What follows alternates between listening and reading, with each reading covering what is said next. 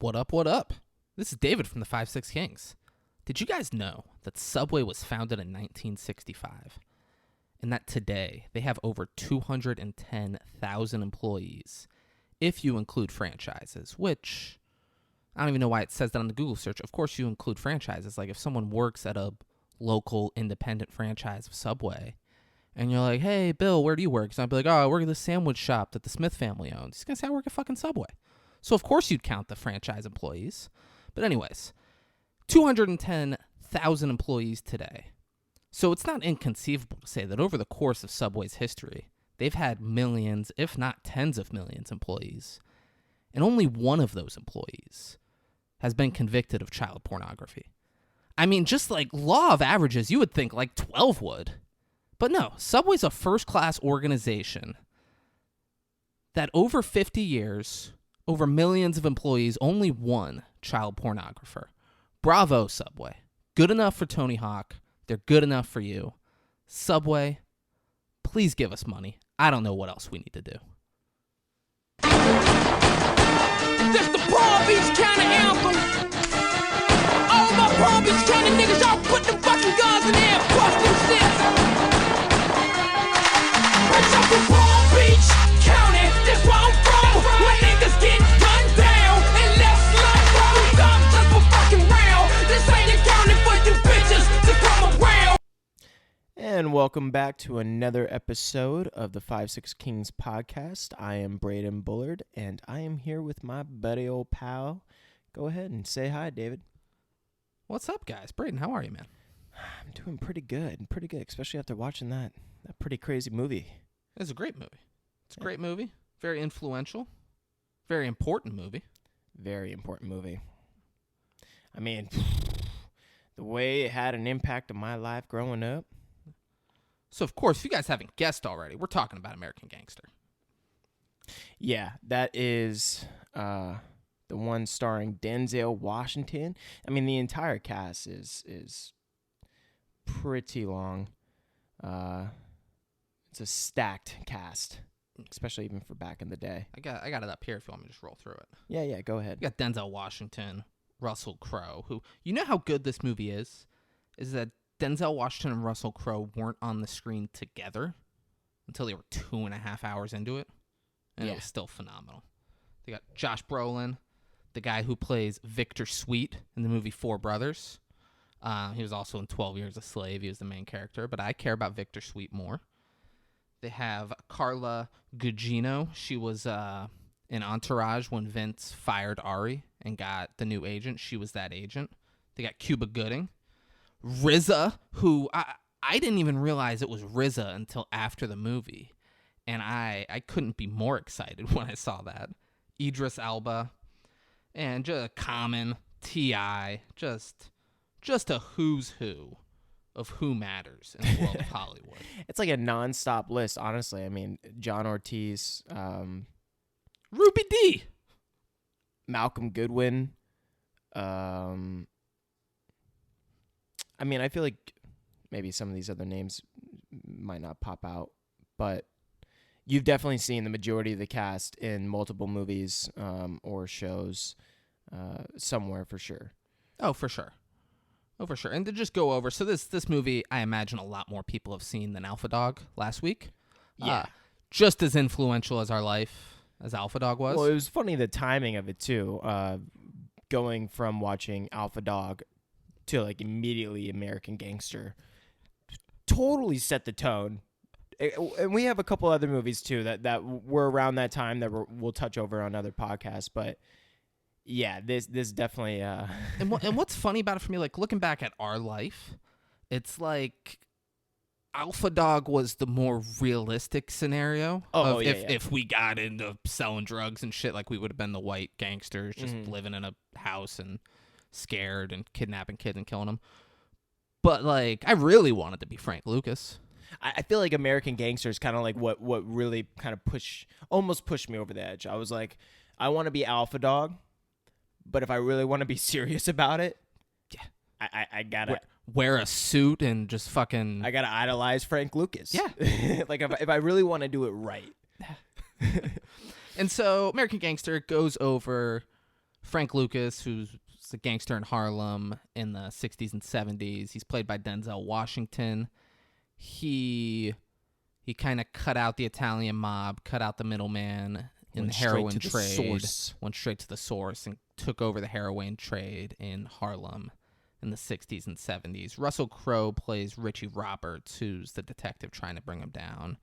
And we'll kind of introduce characters all throughout, I think. But those are the two main characters throughout the whole movie, and they both do an incredible job. Neither of them won an Oscar. Denzel won a BET award for Best Actor. And Ruby Dee, playing Denzel's mom, she won a Screen Actors Guild Award. Are those all the awards for? I'm sure there's more, but there was neither of them won Best Actor, and I don't imagine someone did much better than them that year. Yeah. Unless they gave it to Emile Hirsch for Alpha Dog, then I could understand. Yeah. So we want to just kind of go over the plot a little bit. Yeah. Let's go over the movie. Let's break down the movie a little bit, just in case. Yes. So it opens up. There's a guy. It's Denzel. There's another dude, and then there's this older black gentleman who we learn is Bumpy Johnson, who's Denzel's mentor. And there's a guy who is tied to a chair who they're dumping gasoline on, and Denzel lights a cigar and then throws it at him. So the guy's on fire for about 2 seconds. And then he just pulls out his gun and starts shooting him. Which begs the question, why'd they set the man on fire?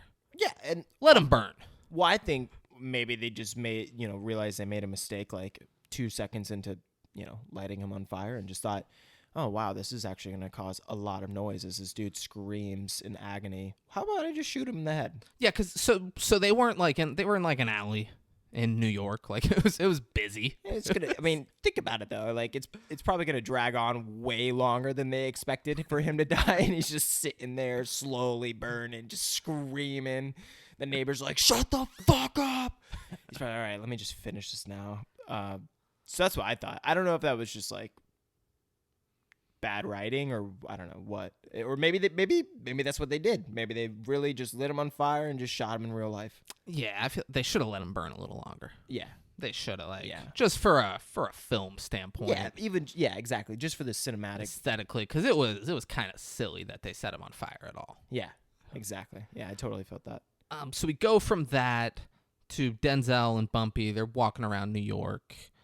No, sorry. We go from that. Bumpy is in the back of a truck. Mm-hmm. There's a big crowd, and it's Thanksgiving. He's tossing out turkeys. Yeah. He's just giving away turkeys to everybody. He's the man. Good guy. Yeah, just giving everybody turkeys. Denzel's like out in the crowd. And then afterwards, it's him and Bumpy walking around New York. And Bumpy's just talking about how like big business and monopolies are ruining the country.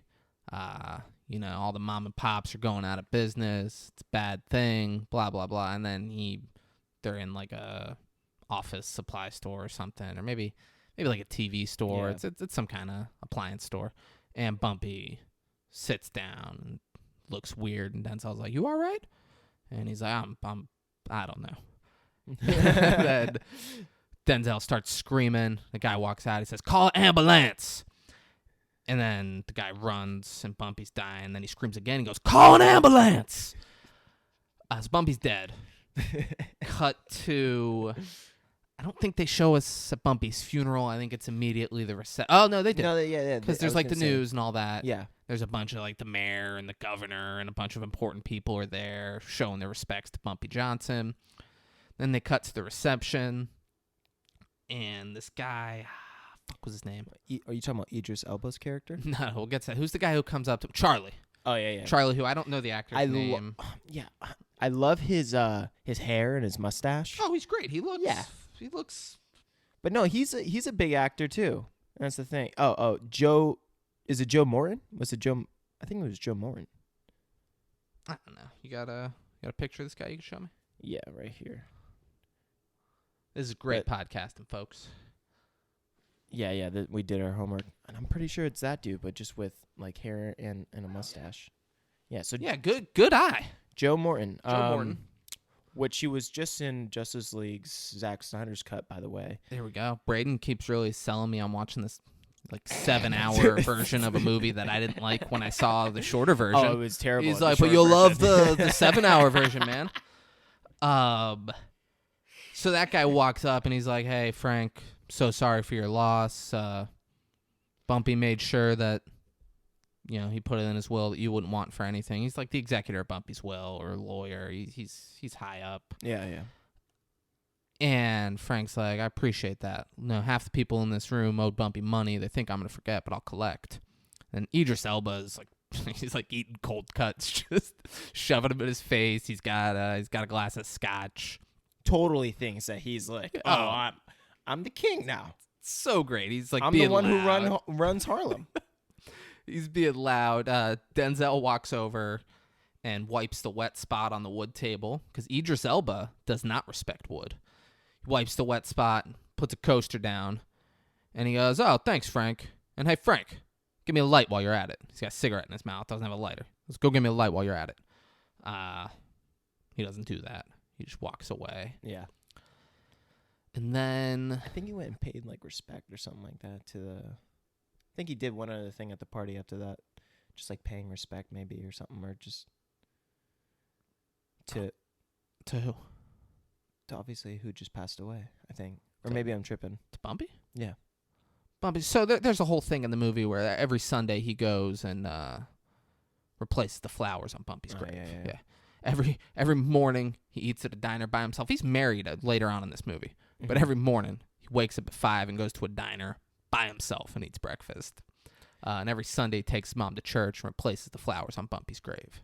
Yeah, it's like he has like OCD.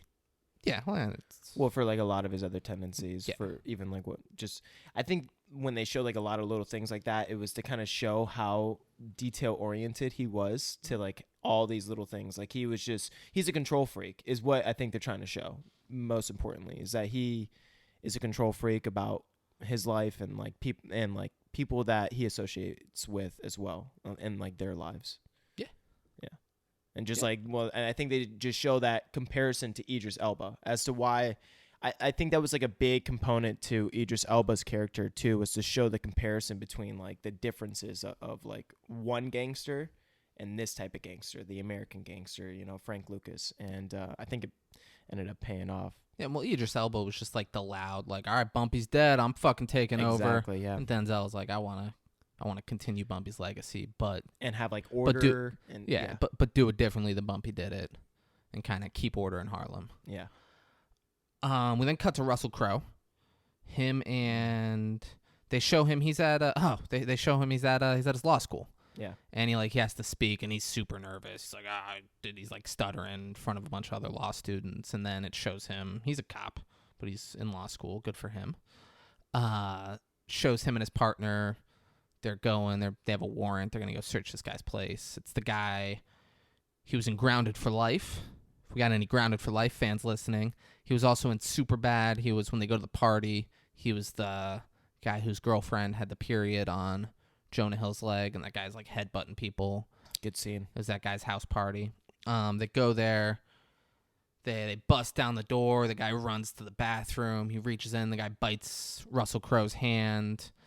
And then Russell Crowe's partner, they have a sledgehammer. He slams the handle through the door and hits the guy in the head. It was a cool scene. Yeah. And then they're in the bathroom. Russell Crowe beats the fuck out of the guy. Like to the point he would have been severely injured. Yeah. And he just like was bloody and had an ice pack on his head the next scene. And he's like, I never would have done that if I knew it was you. He's like, "You bit my hand." "Yeah, you would have." He's like, "Well, what, they're like, "You're going to do like 5 to 10 years. You bit a police officer. You can't just do that." And he's like, really quick, I thought it was, not to cut you off, but I thought it was pretty cool how Russell Crowe kind of snuck in the the warrant. Yeah. yeah. That like little things like that though, I appreciate as a viewer because it makes it seem like they gave more thought to the story and like little things. I don't know. I enjoy things like that. It makes me more into the story than, I don't know if they found. Oh, for sure. It was cool. So Yeah. What Braden's talking about is he had the warrant, and when the guy opened, it's like a motel. So it has that little chain thing where you can open the door slightly. And when the guy did that, he just threw the warrant through the crack. The guy slammed the door and was like, "The fuck is that?" Get the hell out of here. And that's when they started to break down the door. But so the guy's like, "No, I'm not doing 5 to 10. Come on. Like, who do you want? What do you want? Do you want Big Al's bookie?" We don't know. We never find out who Big Al is, but do you want Big Al's bookie? And they're like, yeah, give us to him. So he takes them. They're in like a crappy, dangerous looking area. And he's like, that's the guy right there. And they're like, all right, get out of the car. He's like, I'd rather not. They're like, we'll get out of the car. And then they follow the guy. He's got like a package and grocery bags that he puts in the trunk of his car. He parks it at some overnight lot. And they're just sitting with the car. They call. They try to get a warrant. They wait. Doesn't come through in time. Russell Crowe's like, I got night school. Let's go do it now. The warrant will come through. Let's just go in there and get it now. Yeah. And they go in there, and in the trunk of the car, there is $987,000 in cash. So they're sitting in the car like, the fuck are we going to do? Like, we can't turn, the partner's like, we can't turn this money in, dude. Like, cops kill cops that they don't trust. If we turn this in, no one's going to trust us. We need to just take the money. And Russell Crowe's like, we're not taking the money. We're turning it in. So they bring it, they turn it in, they count it in the police station in front of everyone. The boss comes in, signs up on it. They bag it, they put it in evidence. As they're walking out, one of my favorite lines in the movie, as they're walking out, another cop, like Russell Crowe walks past him, another cop goes, you fucking Boy Scout. And he just stops and like scans the room and then walks out. That's a huge, for those two characters, that was a huge part of the movie for them. Yeah. I mean, it just shows, it sets up a new aspect to like what you didn't know for the cops, and the fact that if they make these type of decisions, what ends up playing out for them, which ends up happening a couple scenes later, where his buddy now is just shot someone, his partner. He's at an apartment complex and he needs, help from other officers in the area to help him to get this person out of this apartment complex, where now there's all these, I guess, neighbors or just people in the community who care about the person that he just shot. So they're trying to get into the apartment to kill this officer, and Russell Crowe's character is trying to get more police officers in the area, and they won't send any more police officers because of that, because he turned in the money, so they won't help him or anything like that. So it ends up kind of biting them in the ass in the future. Yeah, let's just explain that whole scene. That's he's like calling dispatch, and he's like, he's saying whatever the code is, which I assume means officer shot someone. There's a rioting crowd, and dispatch just like, yeah, Detective Roberts, we got no one in that area. He's like, bullshit, you had no one. Put it out again. He's like, Detective Roberts, we got no one in that area. Yeah. He's like, fuck. So he gets in there, and it's a fucking weird scene. Guy's dead on the floor. There's two paramedics. His buddy looks real shook. He just has a 1,000-yard stare, not saying anything. And Russell Crowe goes, all right, just pick the guy up, bandage up his neck, put him on the gurney, and prop his eyes open. The guy's like, Richie, he's dead. He's like, I know he's fucking dead. How are we going to get out of here? Well, really quick, that scene always kind of confused me a little bit as to why there were so many people there. And I understand, like, it's your community, and, I'm thinking, though, is it because this drug lord, he's not a drug lord, he's more just like a, okay, it was in like the projects in Harlem. He was like a street dealer. Yeah, he's probably more of like probably like a little bit of a bigger street dealer or something like that, because there was all those people there. So are those junkies trying to get, that are mad because they're taking away their drugs, because this is their dealer, or is it because, I don't know, someone in the neighborhood that they actually care about? Like which one? Like I didn't know why there were so many people there. I always thought that. So with that many people, I'm sure it was a mix of both. Yeah, I'm sure, but it was like, there was a gunshot that went off in the neighborhood. The cops and the paramedics are going in. The neighbors are like, what the fuck's going on in there? Open the door. Open the door. Is he dead? They were going crazy. Open the fucking door. Yeah, that's what I'm saying. There's slamming like, on it. Yeah. Yeah. So there's like, I don't know, 60 people at least probably gathered around this apartment complex, like trying to get in to kill this dude, and they don't even know what's going on, but they're like all flipping the fuck out. Well, maybe they just have a better sense of community in Harlem. That's what I'm saying. Because like if someone in my apartment complex, if there was a gunshot in the apartment, I would not open my door for the next like 2 days. I might I might just get in my car and leave. Like I don't want to. I don't want to deal with any of That's that what I'm shit. saying. I'm like, this sucks. I'm not like gonna go and hassle the cops. Like, what the fuck happened? I'm like, they'll handle it. Whatever. Yeah, exactly. But Maybe I should be living in Harlem. Fuck. Yeah. But they Get some good neighbors. so they bandage guy's neck, they open his eyes. The police officers, Russell and his partner, they walk out, they're holding their badges. They get the guy in an ambulance, like, he's gonna be fine, we're getting him help. Get him in the ambulance, they leave. And his partner just keeps talking. He's like, man, he pulled a piece on me. You believe that? He pulled a piece on a cop? Had to do it. It's kill or be killed. And he's like, the guy didn't kill a cop. He killed a junkie who was trying to rob him of a stash. He's like, the fuck you talking about? He pulls up the guy's sleeves. He's got track marks. Like, what the fuck is this? And then pulls out money. He's like, the fuck is this? You killed the guy in cold blood. Then you bought the guy's dope. You killed him in cold blood. And then you robbed him. And you called me to get you out of the fucking mess. He's like, that makes me a systematic. Oh, well, no. He says, he says something cool. He says, that makes me an accessory after the fact, motherfucker. Yeah. Just like that, really quick. Oh, man. Russell Crowe's fucking killed that role. But that character, too, I'm trying to find his name right now, of the actor. He fucking killed that role, dude. In that scene, especially him being, like, doped out, fucking freaking out, but trying to play it off cool, like, as if he's all good. Oh, yeah, and then fucking dip in the moment Russell Crowe says that shit, jumps out the fucking vehicle. Yes. So he's telling Russell Crowe, he's like, I'm going to tell you how to write it up, and that's how it is, and then we'll go from there. And Russell Crowe's like, I can't do that. He's like, I got to tell the truth. I got to be honest. And the guy just jumps out of an ambulance and fucking takes off, starts running. The next time we see him, he is dead at the morgue.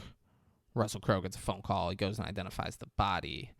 And then he finds, we're going to have to backtrack here in a second. He finds a little bag that says Blue Magic on it. He's like, I'm going to take this. Oh, yeah. So jumping back to Denzel, Bumpy's dead. Denzel and Tango.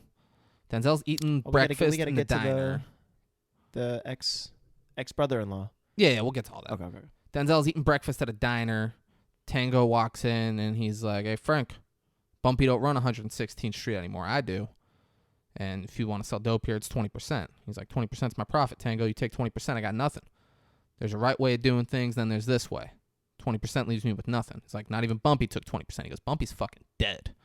All right? He's like, maybe you come work for me. You know, you open my doors, you drive me, anything for you, Massa Johnson. Idris Elba, his character is fucking great. Yeah. But once when he said, you know, what's his name is dead, that's when it, you know, clicked for Frank Lucas. Like, he kind of like makes a face and goes, my man. My man. He says my man a lot. No. When he says my man, you know. Oh, it's serious. It's almost like a beat in the movie where it's like, oh, something now has just changed. Yeah. There's now just a shift with this character and the rest of the story. Yeah. Every time he says it with his brother later. He says it with Richie. And it's one of the only times he'll smile and kind of smirk. You know what I'm saying? Is when he's saying that, which is kind of fuck, because that's like when something like bad is about to happen. Yeah.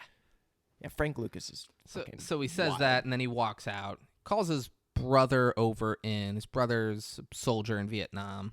Or not his brother, his ex-brother-in-law. Sorry. And his ex-brother-in-law is, he talks wild. He calls him baby.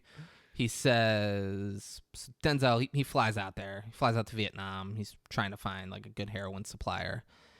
And they're in the city in the middle of Vietnam at like bars and stuff, and they can't find anyone who can get him as much as he wants. And then Denzel's like, well, let's just go to the jungle. He's like, man, we can't go to the jungle. He says the N-word. He calls him the N-word with an A. And says, we can't go to the jungle. I'm talking about snakes. I'm talking about tigers. I'm talking about Viet Cong. I'm talking about mosquitoes that fucking kill your ass, homie. Like, he talks like that. It's great. Braden and I did some Google, and the guy is, he's half black. Because he's very light-skinned, and we're like, is there just a white guy talking like this to Denzel the whole movie? Yeah, like what? Did he sign off on that? The producers are like, just roll with it. He's like, yes, keep going. So they go out in the jungle. They're riding like a little wood little float boat, and they go to this big poppy field, and he's sitting in like, it looks cool. It's a cool area. I'd love to tour it. Yeah. But it's a huge poppy field. And he's talking to this guy who's like in charge, and he's like, who do you work for? He's like, I don't work for nobody but Frank Lucas. He's like, how are you going to get into the country? He's like, you don't got to worry about that. And just like, it was weird back and forth. Like, this guy's crazy. He's like, but I want 100 kilos. And he has the cash in front of him. And the guy's like, all right. So they... Denzel's like, my man. My man. He does. He says my man there. Yeah. Yeah, and then boom. Yeah. Big switch. So he gets the heroin into the country. We'll tell you later how he does that. He uses the U.S. Army, which in real life he did. Yeah. I was Googling. I was like, oh shit, he really did this. That's awesome. So gets the heroin into the country. Things are going well. The heroin, they say it's 100% pure. In real life, it was like 10% pure, but all of the other heroin was 1 to 2% pure. That's insane. So it's 10 times better still, and like people were overdosing on it. And like he had to end up like cutting it down. So he's like, no one can handle this. I need to cut this down. And holy shit! So are you saying that the more pure it is, the more dangerous it is?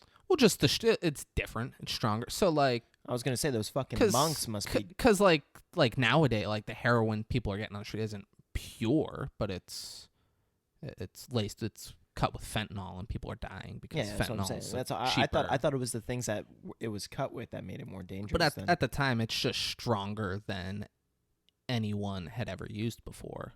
So they're shooting up the amount that they would of the 1 to 2% shit, and they're shooting it up, and it's 10%, and just they can't handle it.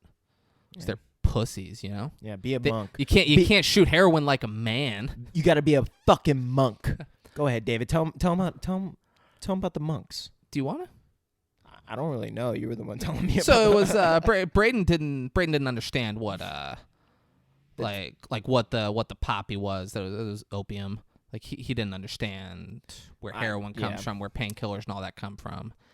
So we had a little drug crash course, Braden and I, last night, and I was talking to him about it. I was like, it's like pure opium, like Tibetan monks smoke it and like are real zen, but the street shit you're getting in like Florida is 90% fentanyl and 60% like cleaning products, and just people are just dying doing it. But yeah, Tibetan monks smoke opium.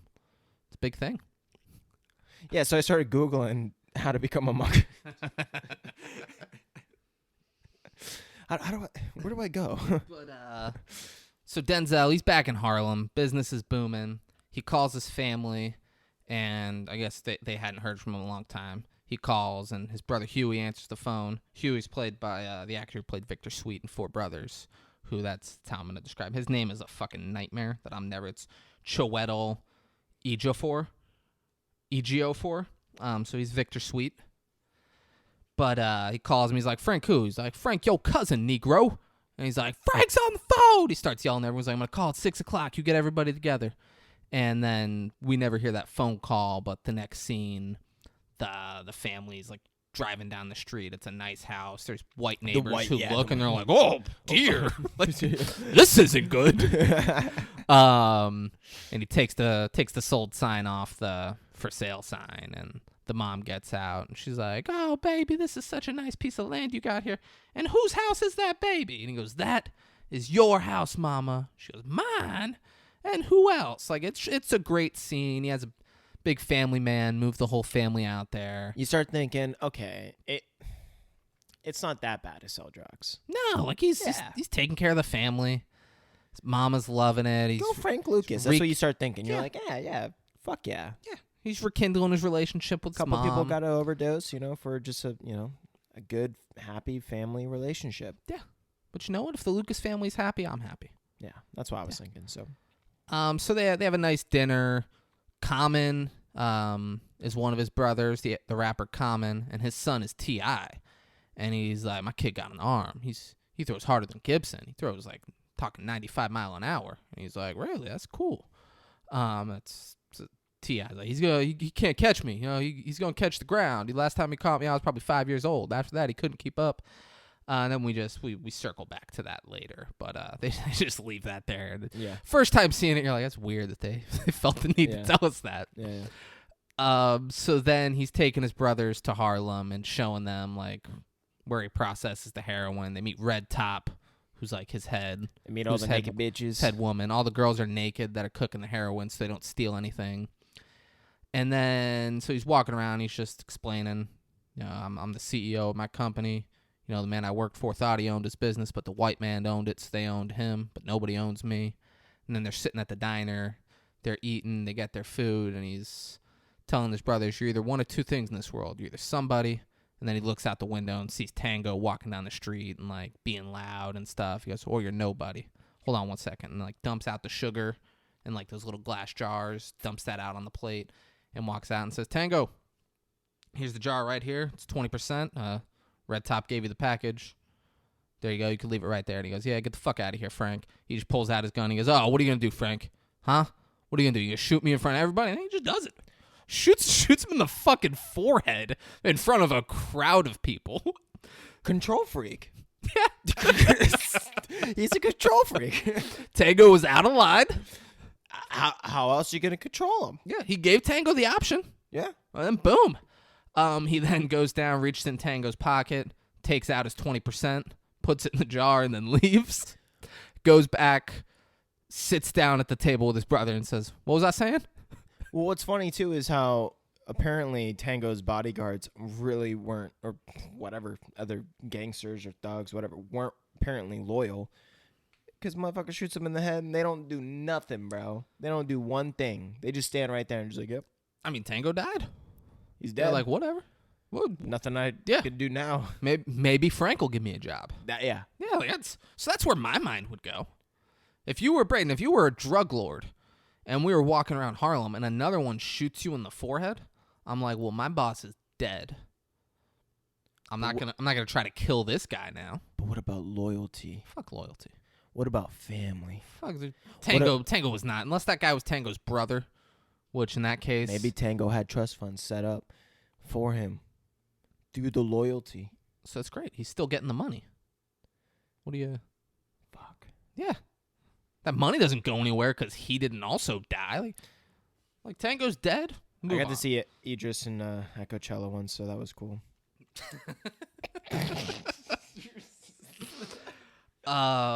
Cool set, bro. So we cut back to Russell Crowe, I believe, and he's walking in the park with his ex-wife and his son. They're in the middle of a custody battle. It's a whole thing. He's fucking his lawyer. Russell Crowe. Yeah, apparently every other scene, he's just swinging slamming ass. Swinging every other dick, scene. scene to scene. Boy, if he ain't fucking some gangster, he fucking some woman apparently. But and so his ex-wife and the mother of his son is Vince's agent when she fired Ari in Entourage, that actress. And they're walking in the park, and she's like, I'm going to move to Vegas with him. He's like, you're not taking my kid to Vegas. And there's these kids that are, like, breaking bottles. They break it once. He goes, hey, guys, come on, be cool. And then he's like, you can't take my kid to Vegas. But they break it again. He walks over, holds out his badge, reaches into his pocket, and he's like, now I'm going to have to fucking kill you because I told you once to be quiet, and Yeah, you he's didn't. fucking Like, screaming, he's screaming at him. He's like, now pick up the fucking glass and get out of here. And they're like, all right. Jesus Shit, we're fucking sorry. Christ. And she's like, you don't have a gun. And he's like, nah, I don't. And then she's like, yeah. All right, well, I'll see you in court, Richie. And I'll see you in court, Richie. And then she's like, say bye to your father. And comes over. He's like, hey, I'll see you next week and we'll do something. And she's like, let's go get some ice cream. And then they leave, and we see him in court later. This isn't how it happens next, but I kind of want to just not talk about the wife and the kid. No. I don't want to have to try to find a place. So they're in court, and he's like, hey, it's a weird. Well, this like, is actually I love this part when she fucking snaps on it's him. good for her because he's doing this weird manipulative, like, don't punish me because I'm an honest cop. Well, Like, it is don't take my 100% kid. how he tries to like reconcile his own bullshit. You know what I'm saying? Like it's 100%. Like she's 100% right, and it's great because that's 100% what his character's doing. The whole reason why he probably cares so much is because of the other bullshit that he fucking fucks up in his own life. Yeah, so he's like, don't punish me for being an honest cop. Don't take my kid from me. And she's like, is that what you think's happening here, Richie? Like, I'm not leaving you because you didn't steal money. I'm leaving you because you cheated on me because you were never there for your kid. Like, Yeah. that's why I'm fucking leaving. I want to take your kid. Like, you think you're going to heaven because you're honest, but you're not. You're going to the same hell as the crooked cops you can't stand. And then the judge comes in, and he's like, do we have any defense want to say anything else? And then the lawyer stands up and she's like, we asked Richie Roberts to keep. Yeah, Well, it's funny. The woman lawyer thought that she's like, oh, I'm about to get this bitch because his ex-wife or whatever was like, you're probably fucking this bitch right here too or something like that. And she's like, oh, okay. And he was fucking his lawyer. Yeah, it's and great. he was. Yeah. So she Like, thought earlier they're having sex, him and the lawyer. And Yeah, she's yeah. like, fuck me like a cop, not like a lawyer. Yeah. Oh God, Russell Crowe. But Keep eating your spinach, you motherfucker. But so the lawyer's like, we ask him to protect us. We ask him to keep our streets safe. But then we tell him he's not fit to be a father. It's not safe for a kid to grow up in his environment. And then he cuts Rob's like, she's right. It's like, my life's no life for a kid. He's like, take him to Vegas. I'll come visit him when I can. Your Honor, I'm sorry for wasting everybody's time. And then he just leaves. So that's the last we see the ex-wife. The last the kids brought up. They go to Vegas. So Richie, his partner's dead. No one wants to work with him. He's like bench pressing in a garage, and his boss walks up. Shit form, Russell Crowe. Yeah, Braden thinks he could beat up Russell Crowe too. Oh, He's gonna triple threat Russell Crowe, Fernando Vargas. throw fucking Josh Brolin in there. He's a big name.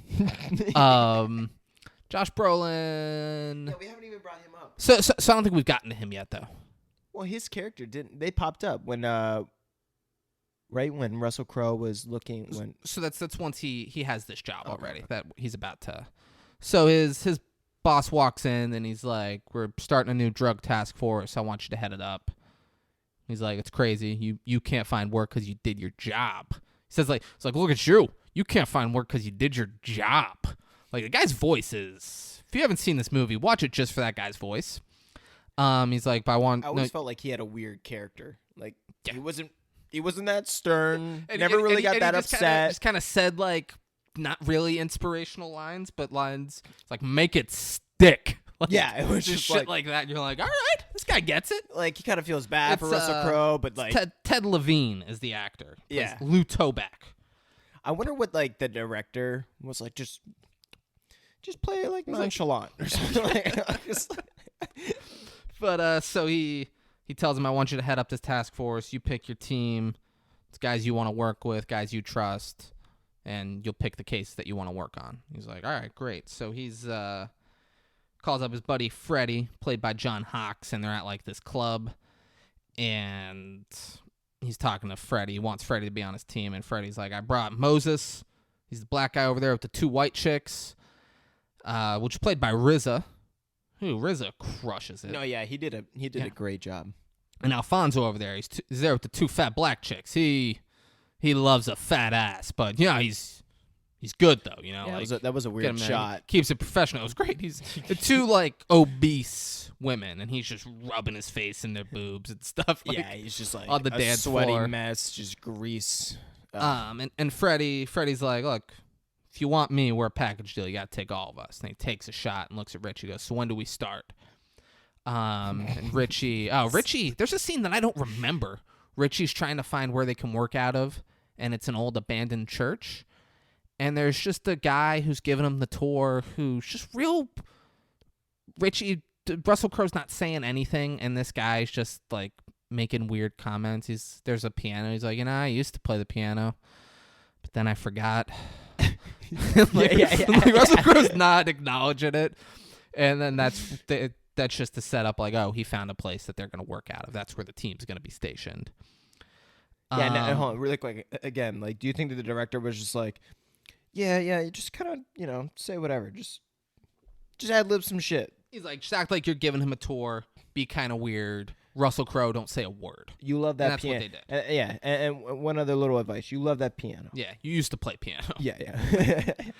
All right, there's that. Russell has his team. Their first meeting, they're like, he's explaining what the task force is, and he's like, "You have any questions?" And RZA right away is like, "I heard you found $1 million of unmarked bills in the back of a trunk, and you turned it in." And he goes, "Yeah, I did. Anybody got a problem with that?" And everyone raised their hands. He's like, "Yeah, nah, I do too. Believe me, I regret it every day. I should be down in South Florida with a 65-foot cruiser doing fishing charters, but I didn't, and I'm here, and we're gonna try and catch some different sharks." Which boom, look at that. There's no way that happened in real life. That's Yeah, good. no, That's no, good writing right there. It's great writing. That's what we're paying for. So then I think we cut to Frank Lucas. Yeah. He's at his club, which is named Smalls, and Cuba Gooding's there. He's being loud. He plays Nicky Barnes, who's another big time And Harlem Cuba gangster. fucking knocked it out. Cuba of the did, yeah, he park. does great. So the only thing I don't like is in real life, Nicky Barnes was like 6'4". Cuba Gooding is my height. Yeah. But he did a fantastic job.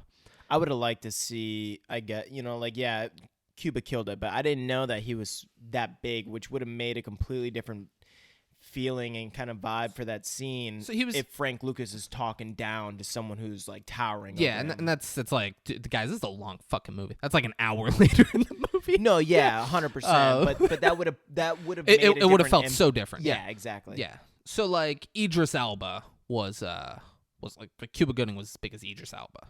Yeah. But Tango was apparently like 6'7" and like 380 pounds. No way. Tango was an offensive tackle for an NFL team. But so they're at Frank's club, and Frank's oldest brother Huey, which is Victor Victor Sweet. He's like dressed all flashy and crazy looking, and he's talking to Nicky Barnes, and they're all happy to see each other. And then Frank like pulls Huey in the back. He goes, shows him a mirror. He goes, "What is this?"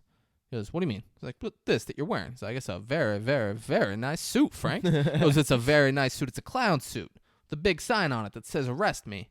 The loudest person in the room is the weakest person in the room." He's like, "You want to be like Nicky Barnes?" He's like, "What do you got against Nicky?" He's like, "Man, I like Nicky." He's like, "Oh, you like Nicky? You want to be like Nicky? Oh, you want to work for him? Share a jail cell with him?"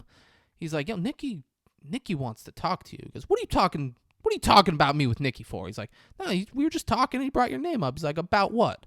Huh?" He's like, "You just brought your name up and I told him I'd tell you." And then like he laughs and he says, he goes, "My man." He goes, Once if you were my brother, I'd kill you." And he goes, Puts "Really?" He his goes, fucking "I would." He fingers goes, to his fucking forehead. "I would blow your motherfucking brains out." And then he's like, "I'm taking you suit shopping this Yeah, weekend." puts and him then under they his walk out. arm, Yeah. walks him out. But he's totally fucking serious, He's though. so unhappy with the way his brothers acted. But so they go out and it's great music. Great music playing. Yeah. It's live music. It's a cool club. I wish I could go hang out there. Yeah. But and the singer goes, "Oh, ladies and gentlemen, we have a guest, the champion, Mr. Joe Louis, who's old school heavyweight champ, boxer." They announce Joe Louis. People go crazy. Joe Louis is with this beautiful woman, who's Miss Puerto Rico. And so later on, Denzel's talking to Joe Louis, and Joe Louis is like, "I've got this whole tax thing going on and need money." He's like, "How much is it?" He's like, "It's $50,000. He's like, "It's done." He's like, "I'll pay you back, Frank." He's like, "No, it's a gift." He's like, "It's a gift. I'll take care of it. Everything you did for Bumpy, we appreciate it." We never find out what he did for Bumpy, but Denzel has a lot of respect for Joe Louis. He was loyal. So he gives Joe Louis $50,000, and then later he's at the coat thing. He's getting his coat. He's leaving, and Miss Puerto Rico walks by, and he walks up to her, and Smooth as so great, fuck. so great. She goes, "So you're Frank, and this is your place?" Like, "Yeah, I'm Frank. This is my place." She's like, "Why you call it Smalls? Why don't you call it Frank's?" He goes, "Well, if you own something, you can call it what you want." And she says, "Smalls," and he says, "Frank's." And then he says, "Frankie Smalls." And she says, "Smalls Frankie." And he laughs. And he goes, "You want someone to walk you back to your table?" And she's like, "Yeah." He's like, "Yeah." So then he walks with her. So he emasculated the shit out of Joe Louis in this night, because he's like, "Oh, yeah, you got some money problems. Why don't I bail you out, bud? I'll take care of it. Don't you worry. Yeah, money's tough. I got 50 extra grand to give you. Here you go. You're welcome." And then he took Joe Louis's beautiful supermodel girlfriend from him. Like, what a night Yeah. for Frank Lucas. Man. So then we cut. First date. Their first date after this. They're at his apartment. Earlier, he bought it cash. It's a huge apartment in New York. It's gorgeous. Yeah, she was like, "Oh fuck, sure, yeah." Where do we sign? He brings Ava, his girlfriend, there, and he's like, "I own 8 apartment in New York, but I brought you to this one because I wanted you to meet my mom. And his mom like walks into the room. First date, he's like, I want you to meet my mom. And she meets the mom. Mom loves her. She's like, is this her, Frank? Oh, she's beautiful. Like, it's just great. Yeah, like like, they hit Can you it imagine off. the pressure? This is your first time in this man's house, and his like old mom is coming out of nowhere. Oh my God, this is her! Starts like wrapping her arms around. She's so beautiful. Just start kissing on her, basically, just hugging her and giving her all these compliments. I mean, if I was the girl, I'd be like, little fast, Frank. Yeah, I'd be like, I don't know if this is gonna work. This is more than I signed up for. Oh wait, I'm sorry. How much money do you have? Never mind. Wait, you said Why, hello. you said 8 apartments. 8, right? 8? All Yeah. right, Okay. all right. So she meets mom. Then I think we jump back to Richie. He's trying to find out where the blue magic's coming from. So he has no idea where it's coming from. He's trying to figure it out because it killed his partner, and he's like, let's figure this out. So they bug a tire shop where the guy's getting blue magic for people. So there's the bug in there, and they find out, okay, this is where they're getting, this guy's at least selling it. He's providing it for someone. So he goes over and brings the guy $20,000 that he got, like his boss signed off on and gave it to him. And he said, goes, oh, yeah. Okay. he's like, don't lose this money. So Richie goes to the tire shop and he's like, it's gonna be blue magic, right? And the guy's like, yeah, it'll be blue. And so he leaves, and then he's following the money. So Richie he's stationed in Jersey. Him and his partner go into New York, which is out of their jurisdiction. They follow the guy in there. The guy gets out of the car, goes into somewhere. He follows him, and the guy gets back in his car, but his partner can't get to Richie. So Richie stops a cab and goes, I'm a police officer. I'm commandeering your vehicle. I need it. The guy goes, you're a Jersey police officer. This is New York. Get away from me. So he knocks out the cab driver. Fucking knocks him out. And just pushes him over to the passenger seat and then drives the cab and follows the guy to a diner where the guy's sitting at. And when he gets to the diner, he's like watching the guy. He's hanging out outside the window. Josh Brolin, who's Detective Trupo. I believe this is the first appearance he makes. I could be wrong, but I think, no. Earlier on, we find out that the cops are running the heroin trade, that they're busting dealers, and then they're cutting it down, and they're selling it back to the Italians. Yeah, okay. So we see Josh Brolin early on in the movie. So that's a big part that I didn't bring up. The cops are running the heroin trade in New York. They're stealing drugs and then selling them back to the. And if they allow you to mafia. sell too, then you have to pay a fee every month. Yeah, And- it's a fucking great gig that Josh Brolin's got going on.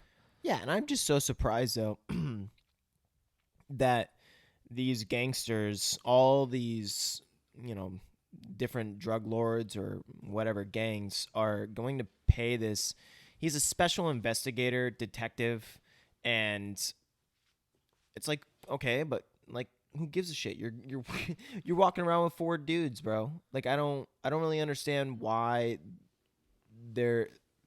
he's able to scare so many gangs or gangsters into paying him monthly. Well, so because he's asking for like later on, and we'll talk about his first interaction with Denzel, but like he tells Denzel $10,000 a month. Frank Lucas was making. He said like $1 million, like close to $1 million a day. So $10,000 a month was nothing to him. And he's like, whatever, I could just have the cops not bother me ever for $10,000 a month, whatever. True. I'll give it to him. Like, true, but I guess I mean just like all of them in general. Like I'm just surprised that he had. I don't know. I mean, I guess that's what you got to do, especially back in the day. You got to have the fucking balls, the cojones, to fucking tell someone straight the fuck up. But I'm just surprised that that there weren't more maybe hits or something put on him. I don't know. I'm just surprised he was able to walk up with 3 other dudes and say anything he wanted to any gangster and always get away with it. yeah, and he might not have always gotten away with it, but you pick your moments, you pick your parts, and ask for a reasonable amount. No, but Josh Yeah. killed the role. I just thought that they should have put a little bit more into the story as to why he was able to have such an upper hand. Whether, like, and then if that's so, like, you know, show that he has all this dirt on them, which, you know, he ended up having on Frank Lucas later on in the movie. But I'm saying, like, in the beginning, his main threat was, like, you basically don't want to fuck with me.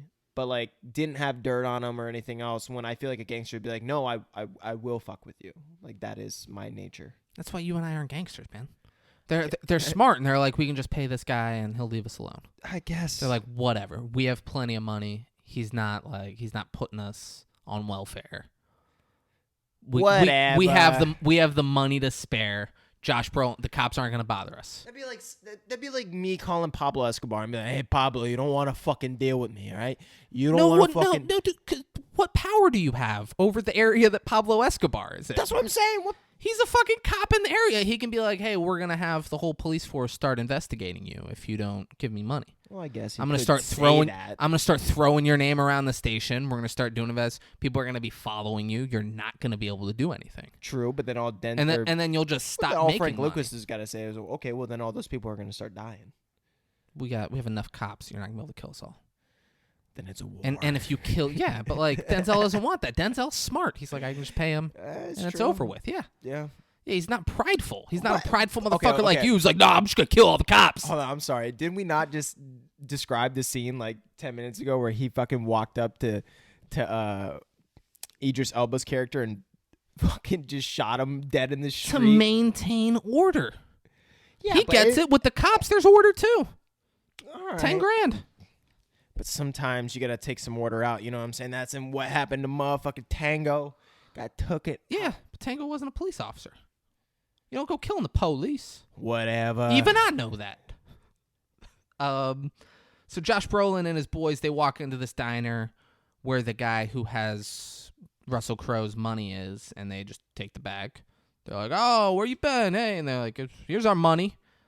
And they're like, they shake him down. They take the money from him. And then they walk out, and they walk past Russell Crowe. Russell Crowe jogs up to him and is like, hey, guys. Like, shows him his badge, because he knows they're cops. He recognizes them. He goes, Detective Richie Roberts with whatever county. You actually have, those are my bills. If you look at them, they all start with whatever number. It's like they're registered, they're marked bills. And then they look, and the guy's like, yeah, they're fucking registered. And he's like, if you wouldn't mind, I'll just take it back. And like, they're like, yeah. He reaches into the bag, and the guy puts his hand on his hand and goes, this time you could take it back. He goes, okay.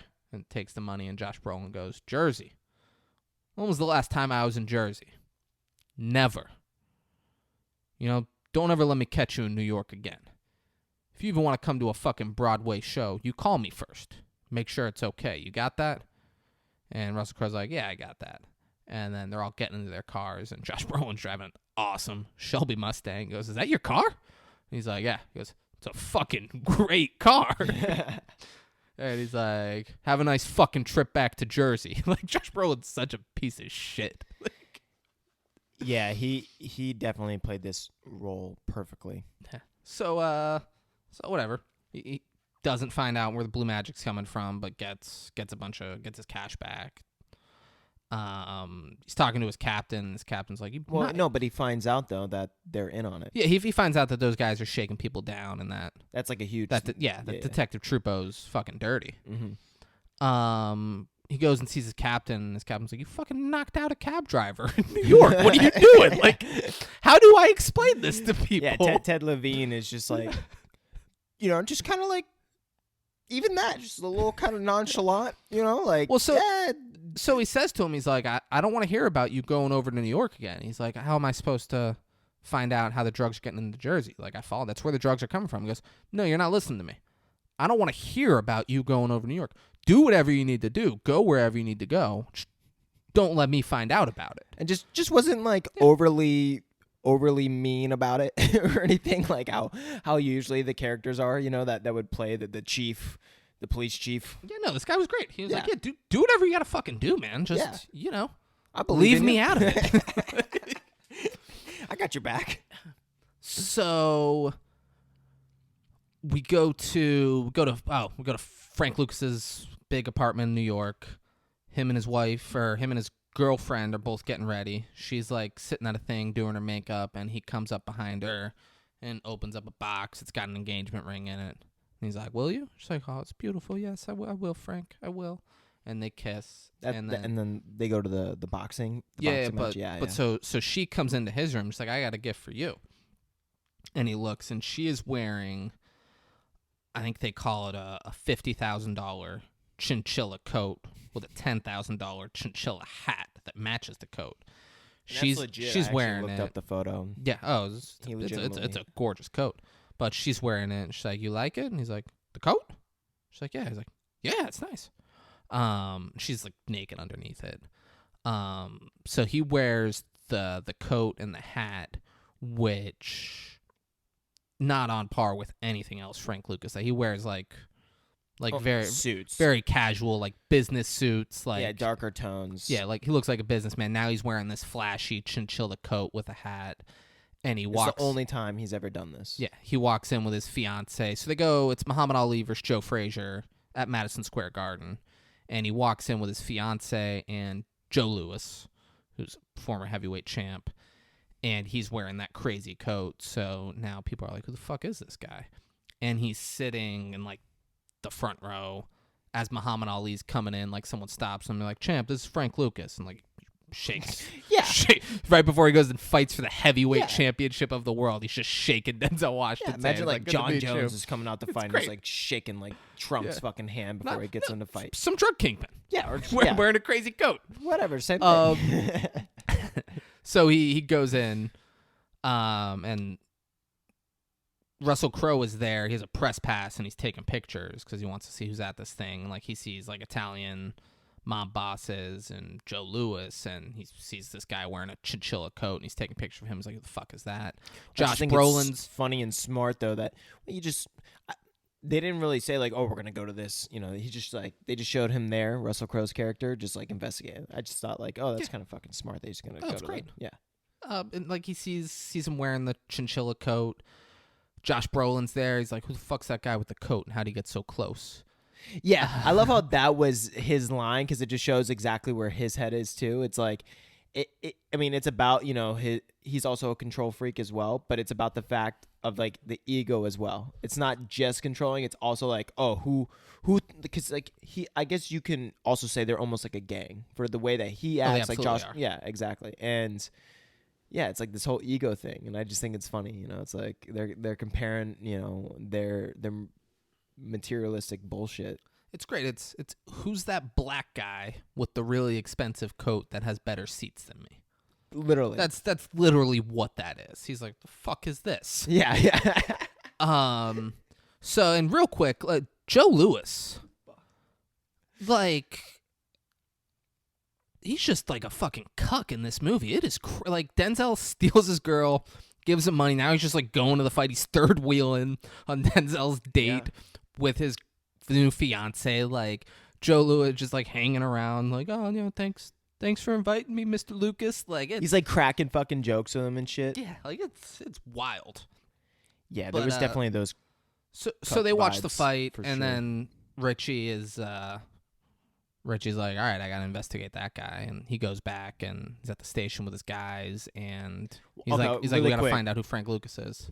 The part where they're going over the photos that they took, I thought was fucking hilarious because I'm like, well, one, that we live in this age now, but two, because they're so when you take these photos back in the day, you have to go and go over the actual like the film of it and do the film and everything, and they're in like a red room it's with black and white, and like I just think it's hilarious because there was ways where they probably could have even gotten better photos too and stuff, and it's like these really shitty photos that barely have like an outline of these people's like facial structure and shit, and like I don't know, I just thought it was funny that's like, oh, we got him, and it's like it's like you don't even see what the person fucking looks like, it's just like the structure of their face. Yeah, God, what it must have been like to be a fucking detective back in the 70s. Just hunching.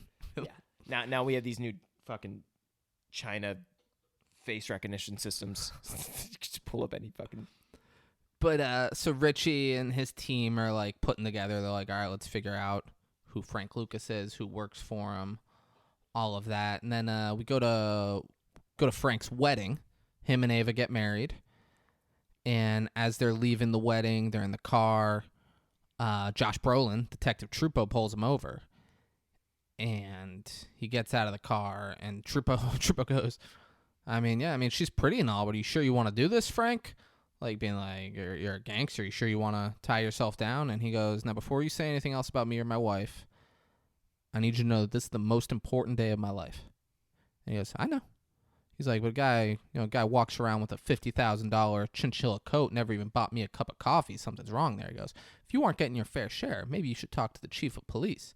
He's like, nah, he has a card, and he's like, there's going to be $10,000 that you send to this first of every month, and there won't be any problems.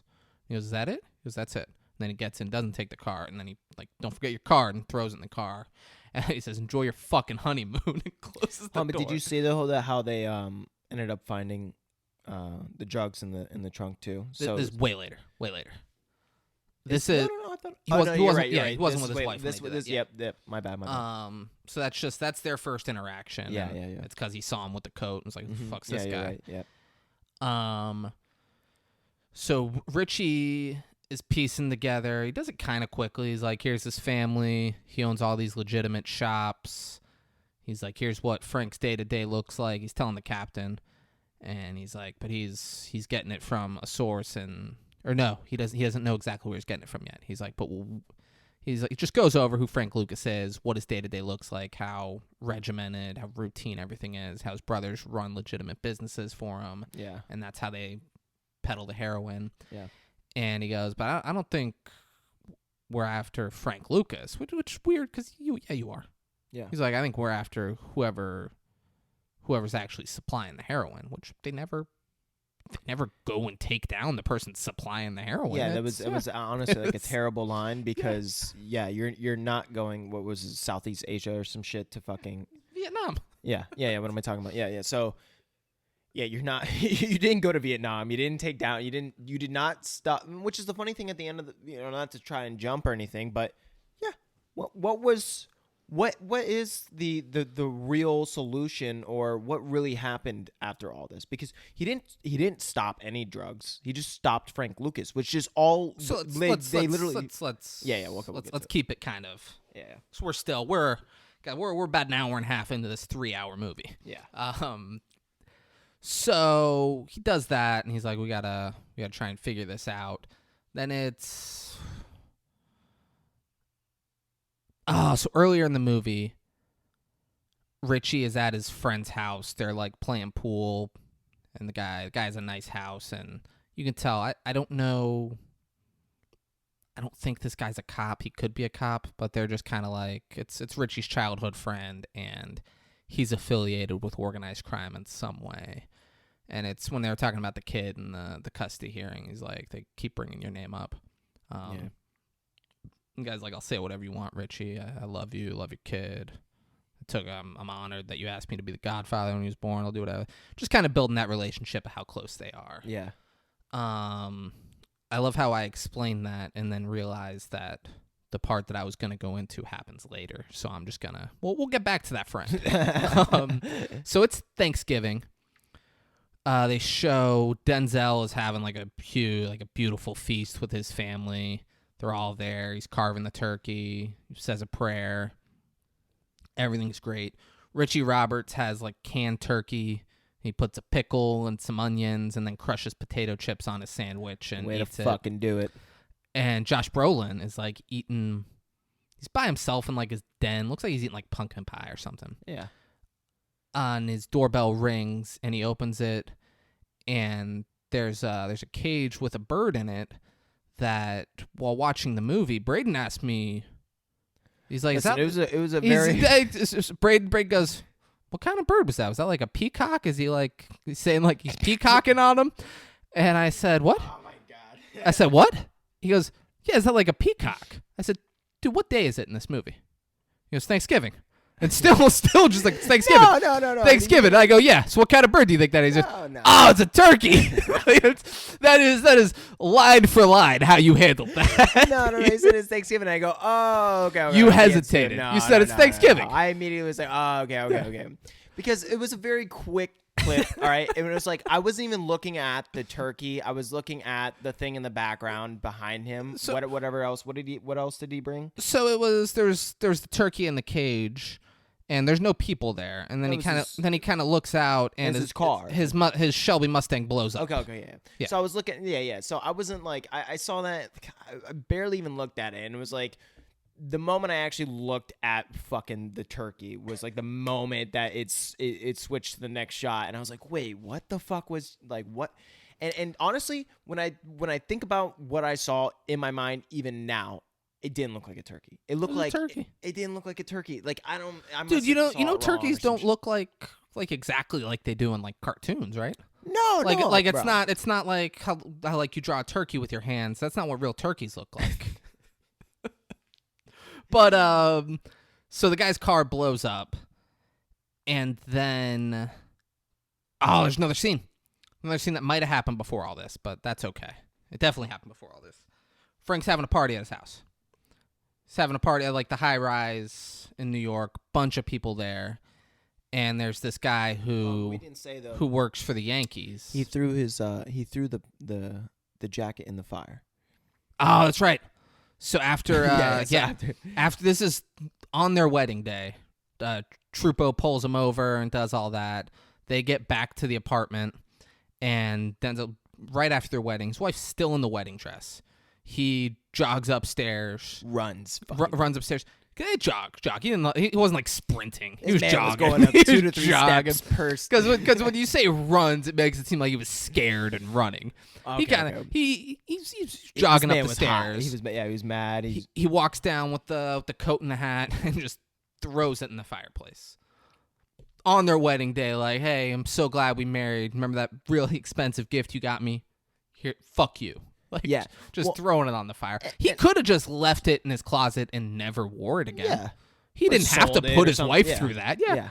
Well, and I thought what's funny too is like, so they put the shot on him like stirring it in the fire for like a little bit, and I just thought like, what in reality that jacket is so fucking thick, that thing would have smoke everywhere in the house. There's no way it's just going up the chimney. Like I used to grow up with a fucking chimney, and trust me, unless you have, and there's no doors on this fucking thing or anything like that. Like if it's a thick fucking jack, like the smoke's gonna be going everywhere. He's gonna be coughing, fucking choking on his. But like, how shitty would that scene be if that's how they did it? No, I know, but that's what I'm saying. Like in reality, though. He's like, No, yeah, but that's how funny it is. like, He's open the window. Yeah, he's super pissed off. Fucking throws it in there, stirring it up. Like, yeah, fuck you. And then he starts choking on his own fucking smoke. Can't even breathe. That he's trying to like flip a shit. Yeah, that would have been comedy gold.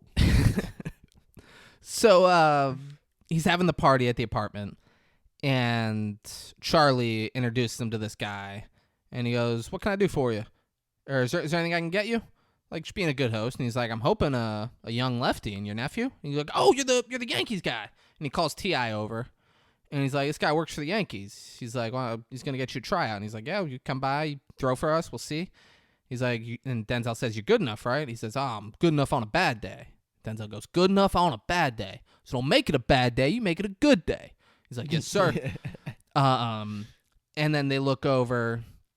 There is Huey Lucas's driver, whose name is Reggie, if I'm not mistaken.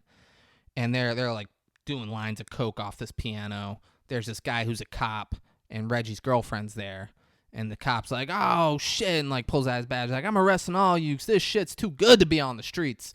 And Huey's like, nah, you don't gotta arrest nobody. Like, being flashy, being what Denzel fucking hates, and has been very upfront about hating how flashy. He's like pulling out money. He's like, "No, we don't even gotta do that. too. Let me give you some money." And like just being like, they're all fucked up and doing that. And he's like, nah, I'm arresting all you, starting with you, and like grabs Reggie's girl, and he's like frisking her and touches his tit. And Reggie goes, "Fuck was that?" He's like, "Man, what the fuck was what?" And like they're in each other's face. Reggie pulls out his gun, shoots the guy in the leg. Denzel walks over, grabs Reggie, punches him in the face, throws him like in the back of, it's a grand piano with like a big back to it, throws him in the back of it, and then just starts like slamming the top of the piano on him over like the hood of a car, just slamming it on him over and over again, and then just yells, "Everybody get the fuck out of here." Well, what's funny is I never noticed until I watched it again last night that I thought that dude fucking died. I thought that was his head. So they don't show you, like he basically leaves the frame in the shot. Basically when he throws him into the piano, you don't see him anymore, and he starts just like closing. You just see Denzel closing the lid, and the sounds they use makes it seem like as if his literal fucking skull is like being crushed and like fucking broken open. That's what I thought. I thought, bro, this dude literally just killed this guy, fucking bashed his brains in front of everyone he fucking knows. Could you imagine being at someone's party, like the Yankee guy? With the main thing, who's there and is like, I wanna give your nephew a tryout, and then a gun goes off in the party, and Frank Lucas beats the fuck out of someone, then just tells everyone to leave. Can you imagine being the Yankee guy being like, everyone get the fuck out. I'd be like, I can't bring that kid to come try out for my team. Oh hell no. Like fucking George Steinbrenner will be like, what are you doing? Yeah, we don't want to associate with this. This is crazy. And the thing that he was mad about the most was the blood in the carpet. Well, we'll get to that because he says he says great stuff. Yeah. So later they cut to it, and he's yelling at everybody, and he's yelling at his brother. He's like, "It's your driver. You need to fucking fire him." He's like, "Bro, you really hurt him." He's like, "He's coked up all the damn time. He don't feel shit." Screaming at him. He's like, "From now on, none of you talk to me. You need to talk to me. You talk to Huey. Huey, you talk to me. You got it? And never on the phone. You got it?" He's like, "I got it." And then he goes over to the guy who's cleaning his rug, and he's like, "Don't you scrub that? That's $25,000 alpaca. You blot that shit. You blot it." He's telling him to blot that shit. He's like, "Hit the club soda on it." And then he goes over. Huey's wearing sunglasses, and he goes, "Take those sunglasses off your face." And Huey doesn't do it. He goes, "Take those motherfucking sunglasses," like rips them off his face, slams him in like a big, an ice thing that you would get at a hotel. It's like a little container that you would hold ice in that now has water in it because the ice is melted. Slams these fucking sunglasses in it and then immediately slaps it. And what I've never noticed before until yesterday is that he slaps the container full of like ice water onto this dude who I'm guessing just works there. He's like the guy had no lines in the movie. That's the only scene I remember seeing him in. But he looks like a bellman or some shit that works at like a hotel. Like he's wearing like almost like some type of uniform, even though this is like Denzel's home. I don't know why this dude is he might not be, but he looks like he's like dressed as if he's in a uniform working to like be a chaperone or something for these people. Do you think maybe it's just you see a black man and you assume no, he's wearing he must be the help. No, he's wearing like blue and like a uniform color set. It looked it's very quick. If you go see the scene, you'll laugh your ass off because this dude gets fucking soaked from this container full of ice water, and like no one beats an eye, and like it just they you would think that the shot's just gonna like dwell on him, just being like, "Oh, dude," but it doesn't. It just immediately switches. Like no one gives a fuck. I mean, just the camera dude, the editor, no one gives a fuck about this guy. He's soaked in ice water, and it's very fast, so you might need to replay it. But in that scene, just remember this part: that dude gets fucking soaked, and you're gonna laugh when you see it. All right, so then there's some other shit that I don't think was that important. And you blot that fucking shit. You blot that shit. But then, so Huey comes up to Denzel somewhere, and he's like, "Hey, we got a problem." And he goes and he gets in the car with him, and they're talking about it's Huey's driver, who Denzel beat the fuck out of. He's driving them, and he just keeps like looking in the rear view at him, and Denzel goes, "Fuck you looking at? Keep driving." But they're talking about, so apparently Cuba Gooding, Nicky Barnes, is buying the Blue Magic from them and then chopping it down to like 1-2% and still selling it as Blue Magic. Yeah. So he's like, "The fuck," like they bought some, they tested it, and that's what's happening. So he goes and he's not aggressive about it, but he confronts him, and he's like, "Hey, so like Blue Magic, that's my brand. I stand by it. People come to expect a certain quality." He was really cool about it, honestly. Like he was very straight up. Oh, Nicky's just like screaming at people in the club and being crazy. Well, he's also doing lines of coke. Oh yeah, so he's fucked up. His heart is like crazy elevated. You can tell he's like tweaked out and probably like full of like, I don't know, anxiety or some shit. Yeah, but he's like, so look, like if you're gonna buy it, don't chop my shit up. It's good enough. You can make enough money off of it. And he's like, "Well, Frank, if I buy something, I own it." And he's like, "But if you buy it and you change it and you keep it under the same name, that is trademark infringement. And I Yeah, have to stand by I have your to product. I have to insist that you change the name. He's like, man, I'll call it Red Magic then. It's not as doesn't sound as good. He's like, I don't care what you call it. Put a chokehold on the motherfucker and call it blue dog shit. Just don't let me catch you doing this. And then like he slams some glasses on the table and goes, catch me? Infringe? I don't like these words as much as I like please. Thank you. I'm sorry to bother you, Nikki. These are words that I'd prefer to hear when you come into my motherfucking club without an invitation. And Denzel just smiles and goes, my man. My man. And then everything changes. So then he leaves, and it's him. Huey's driving. The driver, Denzel, I assume when they got to Nikki's club's like, you're not fucking driving me. You need to leave. Yeah. Because it's him and his brother Huey. They're driving, and they get pulled over by Trupo, and he's like, the fuck they gonna do? Give us a ticket right now? And Huey looks at him and he goes, some of the stuff's in the trunk, Frank. And he goes, what? He goes, some of it's in the trunk. Doesn't say my man there. He doesn't. But also, like, how fucking dumb, like, you're driving the boss of your organization. You're like, oh, we're going to have a couple kilos of heroin in the back of the trunk while And I'm like, how many driving him. times does Frank have to tell his family about all these things? You know Yeah. what I'm saying? Like, for them to keep fucking up. That's why you don't go into business with your family. Mike and B, my two brothers, if you guys are listening, if I ever become a heroin drug lord, I will never let you guys work for me. Never. But I will. There you go. You can go work for Braden. But so it's Josh Brolin and his guys. They're pulling him over immediately. Denzel, they're like, hey, they go, hey. He comes up to him. He goes, how you doing, officer? How's your Thanksgiving? He goes, not so good, Frank. Why don't you step out of the car? And he gets out of the car, and immediately Denzel goes, where's the Shelby? And he says, the Shelby's gone, Frank. He goes, the Shelby's gone? And they go, and they open the trunk. They find the heroin. They go, oh, what do you expect us? What are we going to do about this? And he goes, not going to do shit about this. We're going to go home, or we're going to put it back in the trunk, go home, have some apple pie, warm apple cider. He goes, I got a better idea. And, like, he grabs the bag and hands it to his partner. And he goes, or would you rather I throw you and your brother in the fucking river? And then Denzel goes, or would you rather your house blows up next time? And he just stares at him and goes, I love that car, Frank. He goes, I know. And then he goes, have a fucking happy holidays or something. Josh Brolin always has, like, a fuck you line as he walks away from people. Yeah. But they leave. And so we see Russell Crowe was following them, and he's like parked down a ways. He watches the whole thing go down. And then Huey's like, I'm sorry, Frank. He's like, Which is actually the first time that Denzel notices him slightly. yeah, he looks and he sees someone's in the car down there. He can't see it. And that's he That's the he first gets a little more time. and more paranoid and Yeah.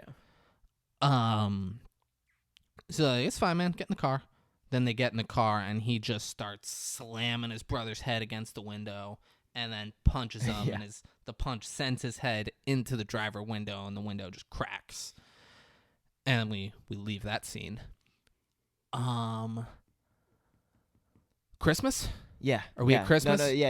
And then Okay. he's doing the tree. Yeah. So he's doing the tree. Charlie's there. They're just talking. Ava, his wife, walks out, and she has a gift for Charlie. Gives it to him. Charlie doesn't open the gift. They do a toast. They drink a little champagne. Then Charlie leaves. Doesn't open the gift in front of him, which I don't know. I feel like you probably open it in front of the person. Yeah. I don't know. Like, you're just gonna go open it at home, and then it's not like they even have cell phones. It's not like he's gonna text and be like, "Oh, thank you so much. I love it." Like, he's gonna just see him at some point and be like, "Oh, that was a great gift." Yeah. A little awkward. So he leaves. Frank's like sitting at his desk. He's drinking scotch, and he's talking about how Bumpy didn't go out towards the end. You know, I used to think that he just liked to keep a low profile and keep it in, but no, everybody was watching him. Wasn't safe for him to go out. There are people everywhere. Oh, because before he's telling Charlie that he's getting a little paranoid. He's like, I'm seeing cars, places I don't normally see him, stuff like that. And Ava is just kind of, she's kind of like uncomfortable. She's not saying much. And then he's just looking at her. He's like, well, you want to go out? And she her eyes light up. She's like, yeah. So they get all dressed up. They go down. They get in the car. And they start driving. They drive over to his club. Nikki is standing out front, dressed as Santa, and handing out gifts to people that are out front. And his driver goes, you see Nikki in the front? He's like, yeah, just keep driving. He's like, you want to go around back? He's like, no, I'm not sneaking into my motherfucking club. Yeah. And his wife's like, just keep going. His wife goes, incredible. He goes, huh? And she goes, increíble. She's Puerto Rican. Yeah. And then they just go, they park. It's not a good area. Yeah. And it's outside a Chinese takeout place. And they're just going and they're just going to get takeout. That's what their night turned into. He got her all dressed up to go get Chinese takeout. And like they start to walk in and then she just stops. He's like, what you doing? She's like, I want to wait in the car. She's like, I'm not going to go stand at this Chinese place. And the driver's like, I got it, Frank. I got it. You guys wait in the car. And he goes in there. He lets her in. She's like, can you turn on the heater? It's Christmas in New York. It's snowing. It's cold. He goes, the keys aren't there. So he's looking around, sees a car, and kind of has a weird look, and then goes over. Oh, nope. When the driver says, I'll take care of it, Frank, you guys wait in the car, Frank says one of my favorite things in the movie. He says, get that yellow sauce. He goes, and the chicken, the Kung Pao chicken. The guy's like, you got it, Frank. Oh, my God. So he goes, he gets the keys, and as he's walking out of the thing, he sees the car moving and starting to, like, speed up, go towards his car, and a guy hangs out the window and has a gun. So he sprints across the street, gets his wife out of the car, and he gets shot in the shoulder.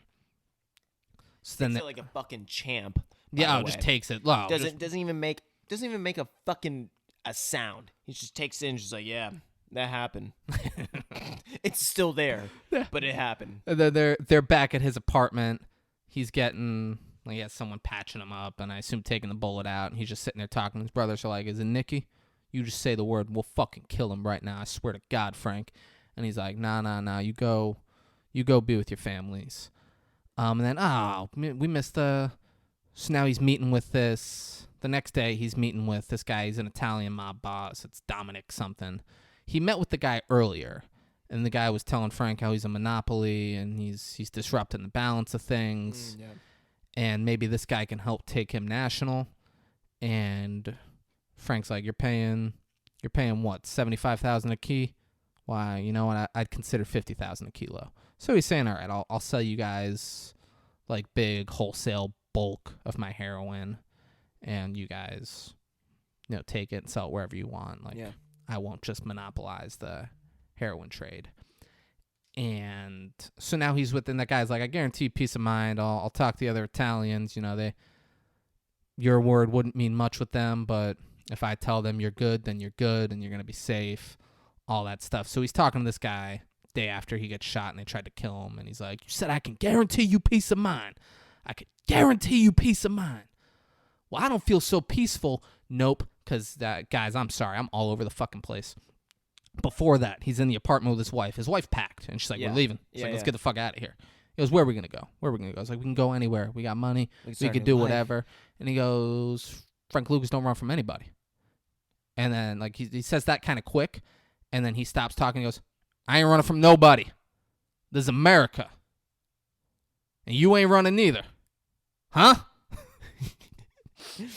Great line. Yeah, because she doesn't say anything. And he's like, huh? Huh? You hear me? Yeah. You ain't running neither. So now he's with the Italian guy. He's like, you said I can guarantee you peace of mind. I don't feel so peaceful. Huh? Keep saying the huh. That's a new part of the movie, but it's fantastic. And he's like, they tried to kill my wife. And the guy's like, Frank, it was a junkie. It was some dumbass kid trying to make a name for himself. Like, what are you? Come on. You're alive. You're so successful. Blah, blah, blah. And then, so that meeting just ends. Yeah. They go to Richie, who's doing, like, the work on Frank Lucas, and Trupo walks into his thing. And he's like, what the hell? Like, Frank comes over to Jersey for one night and he gets shot at. I can't be worried about that. We need to keep this cash cow alive, not dead. And then he looks on the board and sees that, like, Richie has this whole investigation on Frank Lucas going on. He's like, what, are you actually going to arrest him? And he goes, didn't you hear? Everybody in Jersey is crazy. Cops arrest bad guys. He's like, next time you want to come over here, why don't you give me a call first? Make sure it's safe. So just flipping the table on Trupo.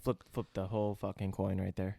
So now Frank he's somewhere where there's a TV, and the war in Vietnam, like the U.S. is pulling their troops out, and he's like, oh fuck, like There goes my business. Yeah, that's how I do it. So he's calling his brother, and he's like, I need to get my shit in. I need to do this. And he's like, I don't know if we can. He's like, well, I'm coming over there. Coming over there right now. And he goes, like, I need Just to. wild. Yeah. Because, like, that phone call was so abrupt, like, so quick.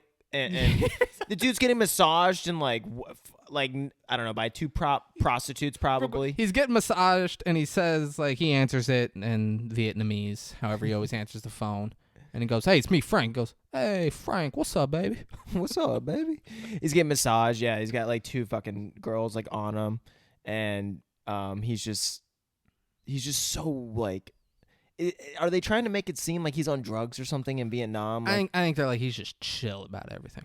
Yeah, Like, that's just he's who he is. like Chucky from Alpha Dog. He's just because he's fucking almost like chill. too chill about everything. Oh, he's the perfect amount of chill. But yeah, he's like, nah, man. And when the war's done, bro, and then Frank Lucas like, he no, I'm says- coming over. He's like, all right, No, he says, going home, Frank. Give peace a chance.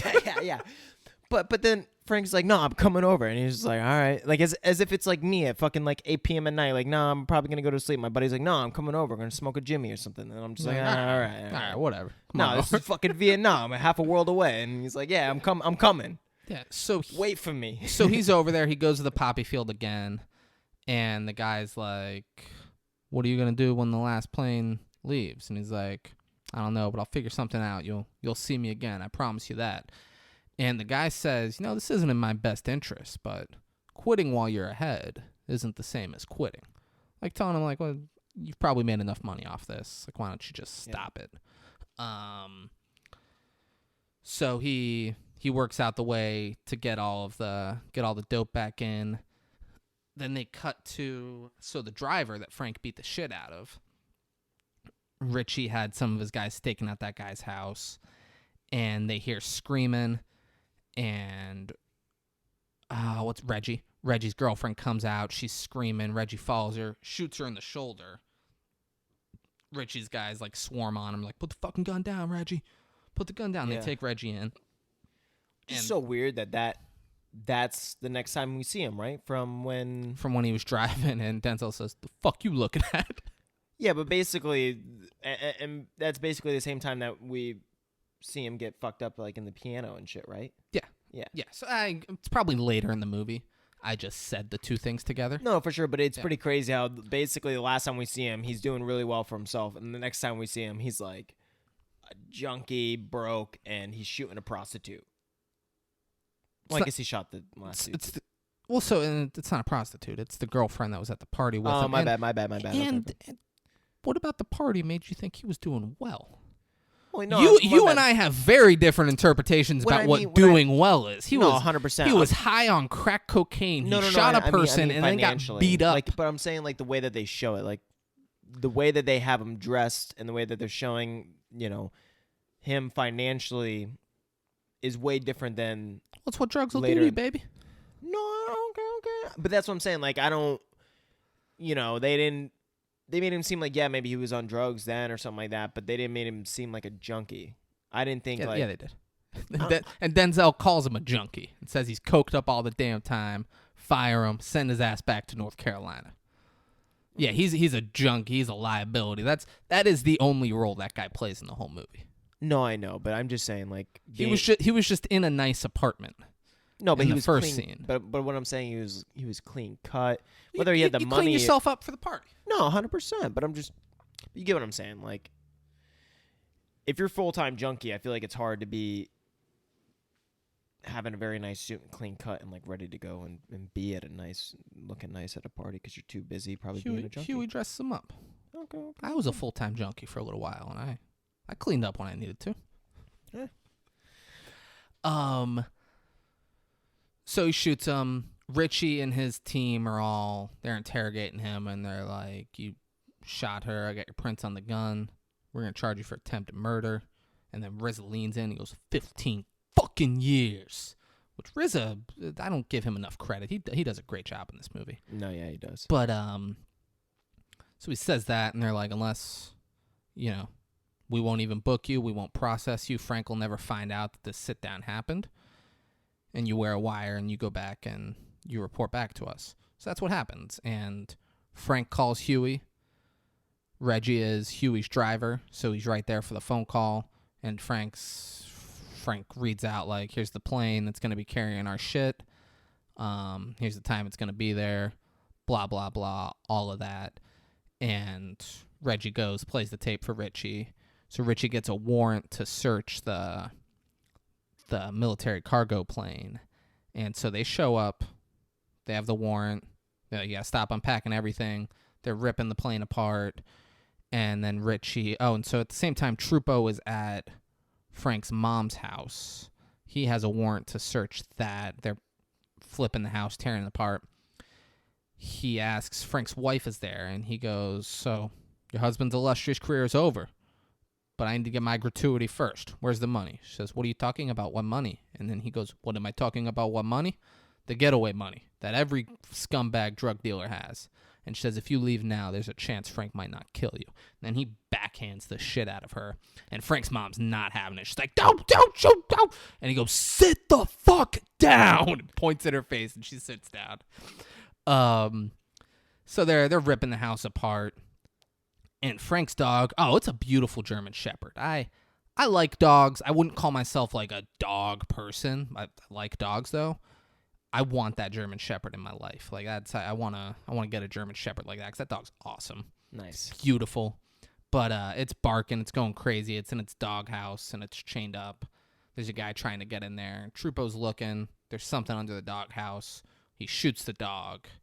And then him and his boy go in there, and there's bags full of cash that they take. Yeah, I felt like that was, I understand them, putting it underneath the doghouse, having the dog guarded basically because that's where it lives. That wasn't true, though. Oh, okay, no. Yeah, Frank Lucas in real life, like I wouldn't hide my fucking money there. It's crazy.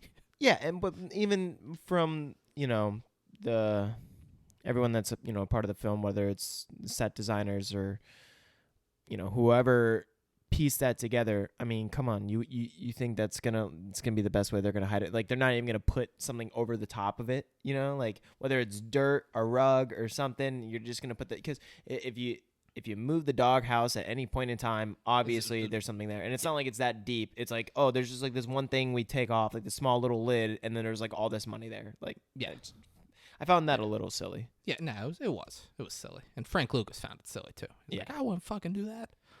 Man, making me look stupid, boy. But so back to Richie and his guys are tearing apart the cargo plane, and then he sees the coffins, and he's like, pull the coffins down. And he asks the military guys to help him. They're like, I'm not fucking doing that. Yeah. So he goes in, takes the thing off. No, before he opens it, the military captain comes over and goes, you need to stop right there. And he goes, Captain, my warrant gives me permission to search everything on this plane. He goes, but you don't have my permission. It's uncomfortable. He's like, you don't have my permission. And Russell Crowe goes, yeah, I don't need it, Captain. Yeah. Yeah. So he goes in, he's going to search the body, and then some guy, we don't hear his exact title. This is our first meeting him, but he's clearly like a top boss. He goes, that's enough. Stop it right there. And he's like, Richie, come with me. And he goes in the back, and his boss is there, the cool guy who's like, you did your job. He's back there, and the boss is there, and he's like, what the fuck are you doing? He's like, the way this is going to be interpreted is that while the U.S. military is fighting a war that's claimed however many U.S. lives, they're also funneling drugs into our company. Congratulations. That's how this day is going to be interpreted. And he's like, I have information that says the target of my investigation is bringing heroin. He buys direct from a source in Southeast Asia, and he's been doing so on a regular basis since 1967. And he's just screaming. They're going back and forth. And he goes, who's the target of your investigation? He goes, Frank Lucas. He goes, who is he? What family does he work for? He goes, he's not Italian. He's black. The guy goes, you're making jokes right now? He's like, you're this close to the end of your career in law enforcement. You're making fucking jokes? He goes, no effing no fucking N-word has done what the American Mafia hasn't done in 100 years. And he's like, and you know that why? 'Cause your head's up your ass. And he's screaming at each other. And then he goes and he looks at the boss. Ted Not- Levine. Yeah. He looks Yeah. at Richie's like direct boss. And the guy goes, hey, whatever, Lou. Hey, Lou, do me a favor. Get this fucking kike out of my face. And that really pissed off Russell Crowe. He's screaming. He tries to get in the guy's face. And he like the captain walks him out of the room. And he goes, "Hey Richie, make it stick." Yeah, that's like all the he most says. controversial thing Ted Levine's character said this entire fucking movie. Make it stick. After people have been dying, after money's been lost, after so much fucking crazy shit that any police chief would never want to have to deal with, he dealt with all of it. And the most fucking, I don't know, crazy thing he said was, "Make it stick." So they have to leave the plane area. Nice guy. The coffins left, so they're following the coffins, and they go and they're parked outside of like Some random it's like facility. yeah, like, that's a facility where they bring the coffins to. They have to transport it's just some coffins, and building then where they have some like barbed wire fence or something like that on the outskirts of it. and it's where they have like cargo coffins, and then they're Yeah. transportation coffins. And they're putting the guys in like nicer coffins that they'll get buried in. Yeah. They're putting the guys in those over there, and Richie and his guys are parked over there. And a truck pulls in. It says something on it. That's not important. And they're watching who gets out, and T.I. gets out. And they're like, "Oh, it's Stevie Lucas, who earlier they were at Frank's mom's house, and they were like, T.I. was throwing with someone in the yard, and he's like, I'm gonna put your ass in the grass, Uncle Melvin." Uncle Melvin is who he's with. And he's like, "Stevie, come on up here, talk with me." He's like, "Why didn't you show up to the tryout with the Yankees?" He's like, "I don't want to play ball no more." He's like, "What you mean you don't want to play ball no more?" He's like, "I want what you got, Uncle Frank. I want to be you." Which, well, what a life. What a life. Like, I can go try out for the Yankees, but I'm gonna no-show because I wanna be like my heroin kingpin uncle. Yeah, and it's funny that he didn't say anything really to that. He kind of just like kind of just had this moment like, I kind of fucked that. Yeah, he's like, fuck, like I shouldn't have brought this kid around me. Yeah, He's but like, didn't tell him like. He's like, this kid could have had a future. Well, that's when Yeah, so but that's what I'm this saying. He is just, a like, long. accepted it instead of being like, no, you could still go and make a difference with your life. or Well, something. he had to go deal with Nicky Barnes because that's what that was. That's Huey walked in. He's like, "We got a problem," Oh yeah, you're and right. that's you're when they right, had to go you're deal right. with Yeah, Nicky yeah. Barnes. Yeah. So the brother or T.I. shows up at the cargo place, and they recognize him. Like, "Oh, it's Stevie Lucas," and then some other trucks leave. And one of the guys with Russell Crowe, it is just baffling to me that he asked this. He's like, "Should we follow the trucks?" And he's like, "No, we should stay with the fucking coffins. We should stay with the member." Like, he didn't say it like this, but I was like, "Yeah, you stay with the I'm not a cop, but if a member of Frank Lucas's family is where we think all this heroin is, I'm going to stay where that is. No, totally. We're not going to leave and go Yeah. follow these army trucks. They're done. They dropped their shit off. They're leaving." The other guys probably think that, oh, Russell Crowe is making it seem like once when these coffins are interchanged, the drugs are going to be either on the old coffins or the new coffins or whatever. They probably thought like, oh, the main reason why we're here is once when the coffins go to the new place, we're supposed to follow those coffins wherever because the drugs are in the coffins. It's probably what they thought, but I agree with you. Yeah. So they stay put, and it's T.I. and all the other guys he's with. They're taking the heroin out of the military coffins. They put it in the back of the truck, and they leave the air hangar. So they're following the big truck. They follow it to the projects in Harlem, and Richie calls his captain. He's like, "I need a warrant. We followed him here. This is where the dope is. Put the warrant through now." And the captain puts the warrant through, and then there's like 60 police officers there. There are so many cops, and they're just going through the projects. They're going up. They're on to like the 16th floor. It's like an 80-floor building. It's a huge building. Russell Crowe's fucking He dying. is out of breath. He is. What's he funny is that he is like disproportionately, different than everyone else. Yeah, he's Like, nervous.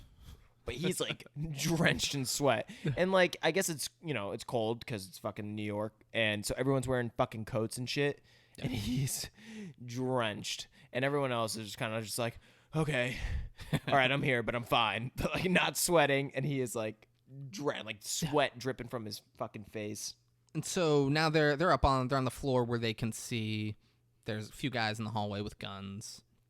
There's a kid playing soccer with another guy, and they're trying, like, it's a long hallway, so Russell Crowe runs up and, like, gets in an empty apartment, like, points his gun around. He's lucky no one was in there, because they would have, like, yelled, or he would have shoot him in the fucking face with the shotgun he was carrying. Yeah. But he gets in there, and then once the guy, Tim is what they keep calling him, once he walks by the door, Russell Crowe grabs him, cuffs him, and gags his mouth so he can't yell anything. Another guy runs up and grabs the kid that was playing. And, like, they get the kid out of harm's way. The kid's safe, and they're like, "Be quiet, bud." And then so all hell one fucking breaks of the loose. guys with the guns like, "Man, where's Tim?" And like they start walking, like, "Where the fuck is he?" And so RZA does his hair all crazy and starts like walking down the hallway, like acting like he's tweaking. He goes, "Hey, baby, you got some blue magic for me?" The guy goes, "Fucking junkies, man." He's like, "Man, get out of here." What you mean I need that fix? It's me, Boogaloo. You know me, it's me, Boogaloo. And he's just yelling. And like he walks past the door Richie's at, and then like backs up, and the guy's following him. And once the guy gets in front of Richie's thing, Richie just with the butt end of the shotgun just hits him in the face and just knocks him out. It would be enough to kill a person. Like, for sure. And then so everyone, they're like, "Oh shit's going down." The guys with the guns like spring to action. The cops run through. One cop has a sledgehammer and just takes a guy's knees out. And then the other guy's standing there. He's surrounded. It's a huge dude who's like guarding the door. He has a shotgun. They're all pointing the guns at him. They're like, "Don't do it, don't do it." And then he just like, aggressively lifts the gun up, and someone with a shotgun just blows his knee out. Fucking takes him out. Just like his leg is in half. Like they just destroy his knee. And then they start banging on the door trying to get in. Guy inside has a shotgun, and he shoots the door. And I'm like whatever the door's made out of, the door just kind of like shit breaks off the door and splashes back in his face. Yeah. And he starts screaming. He can't see. They bust in. They take that guy down. They start shooting. T.I. tries to run out. T.I. gets shot. And what's funny is, doesn't he get shot like in the shoulder or something, like in his throwing arm in a way? Maybe. I think like he's shooting. And I think it's shot, quick, like, and they don't. Left shoulder or something, which might be his arm, because then they say he throws lefty. Like they say he throws lefty, but T.I. the person clearly isn't a lefty, because later in the movie he's throwing righty. Well, I think they probably just threw it in there like, oh, no one's gonna notice. But yeah, I think fucking noticed. But I think they might have tried to make some coincidental thing between. They could have saying he throws lefty and being shot in like the left shoulder or some shit. I don't know. It just like if you rewatch it, he's like running across and he just gets shot right there and fucking like folds over. They definitely could have done that. But so now Huey Lucas. Well, a little poetry right there. Huey Lucas is running, trying to get out of there. Richie notices him and he's following him. He chases him through the projects. And the cops have apparently, precise fucking aim, and none of the little thugs know how to shoot, because every thug died and every police officer lived. You say that like that's the craziest thing, but you said the cops who get training and go through a police academy, and the little thugs is how you describe the other people. Like, I would imagine the cops have much better aim than the little thugs. I totally agree that the cops are going to have better aim, but the things that the cops don't have is knowing where these people are going to be in the building. So they have the element of surprise. Yeah, there we go. Yeah. So he's chasing Huey through the projects. It's a long chase. And then there's a part where Russell Crowe is like inside and Huey's out on like the back patios, and projects are set up where there's no divider between people's patios, so he's just running through those. Doors are open. Russell can see him when he's running. Well, that was then guns for an exit and runs and drop kicks the door. Huey slams into the door and he's down. But that was kind of like later in the run. In like the beginning, they were making it seem like Huey was getting away from Richie, and to the point to where Huey would take his time and be like, "Oh, okay, I can breathe. Like I got away." Yeah, that was weird. He was like walking casually, like trying to blend in, as though if he was seen, people wouldn't be like, "Oh, that's Huey Lucas." They'd be like, Yeah. "Yeah, it's just look how casually that guy's walking. He clearly Yeah, just I lives felt here." like I felt like that scene was like a little weird because it's like, dude, you're still in the same building. You're not away yet. Like you're gonna keep fucking running, especially if you just saw literal members of your family get killed. Yeah. I felt like I had to. No, What's that? for sure. It was preposterous. Yeah. But so he drop kicks the door. Huey hits it. Huey's down. He goes, puts his foot on his back, and he's like pointing the gun. He's like, "Let me see your hands now, motherfucker." And then he says, "I've never noticed this."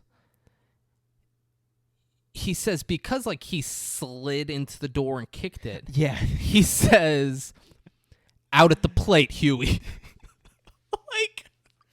like he made the play at a plate because his baseball nephew just got killed. Yeah, that's what I'm saying. Like, what a terrible reference, bro. Like, his cousin or nephew or whatever just got murked. Out at the plate. That is fucked. So and I guarantee you, Russell Crowe ad-libbed that and thought that I he was. hope. No, for sure. I'm looking at his headshot right now. This sleazy little motherfucker, Russell Crowe, totally thought that's it. That's the line. That's gonna get me the Emmy. I know that. So they got him arrested, and then they cut to Frank Lucas. He is at church with his mom and his wife. They show him going into church. It's playing there's a song that the choir's singing that I'm not familiar with. I've only heard it in this movie. And then like that's going into church, and then they show him again coming out of church, and it's playing Amazing Grace. It's a great scene because they're playing Amazing Grace. He comes out of the church and sees like he's the first one out and sees the streets completely empty, and there's this guy just leaning up against a car. Like all the streets are blocked off. There's a guy leaning up against a car right in front of the church. RZA and one of the other guys, they like walk up to the door and they have Frank's mom and wife go back inside. And then Frank's just walking down towards Richie, and it's doing cutaways. It's showing the rest of his brothers getting arrested at their businesses. And him and Richie, like, they come face to face. They don't say anything. It's like this long pause. It's like connecting the dots, and it's like this realization between the two characters, and Yeah. it's like this full circle kind of moment. Well, because Denzel's like, oh, so they knew I was at church. They have the street completely blocked off. This guy isn't a uniformed police officer. He's in like street clothes, so he's a detective. Like they believe that they're gonna put me away here. This isn't like, oh, I'm just getting arrested and we'll see what happens. Like they're very confident about what's going on here. Yeah. It's kind of like, oh fuck, like all right, I might be in some trouble. Yeah. So he gets arrested. They don't show that. They just show they're in the courtroom. Richie's there. Richie, because he passed the bar. Though we didn't even talk about that. He passed the bar earlier and got a letter like, congratulations, you're now a lawyer. Yeah, look at this cute little it's side great. story Yeah, for good Richie. for him. So he's gonna be the lawyer prosecuting the case, and it shows him he's at the desk. When Denzel walks into the courtroom, they erupt. They're going crazy. The crowd goes wild. They're like, yeah, woo! Frank Lucas. Yeah. He hugs his mom. Hugs and Kisses kisses his his mom. Kisses his wife. Joe Louis is with the wife. Yeah. That fucking cuck. He's got to go to court, too. He's like, hey, you're going to take care of my wife while I go through all this. You understand? Like, fucking Joe Louis, that poor guy.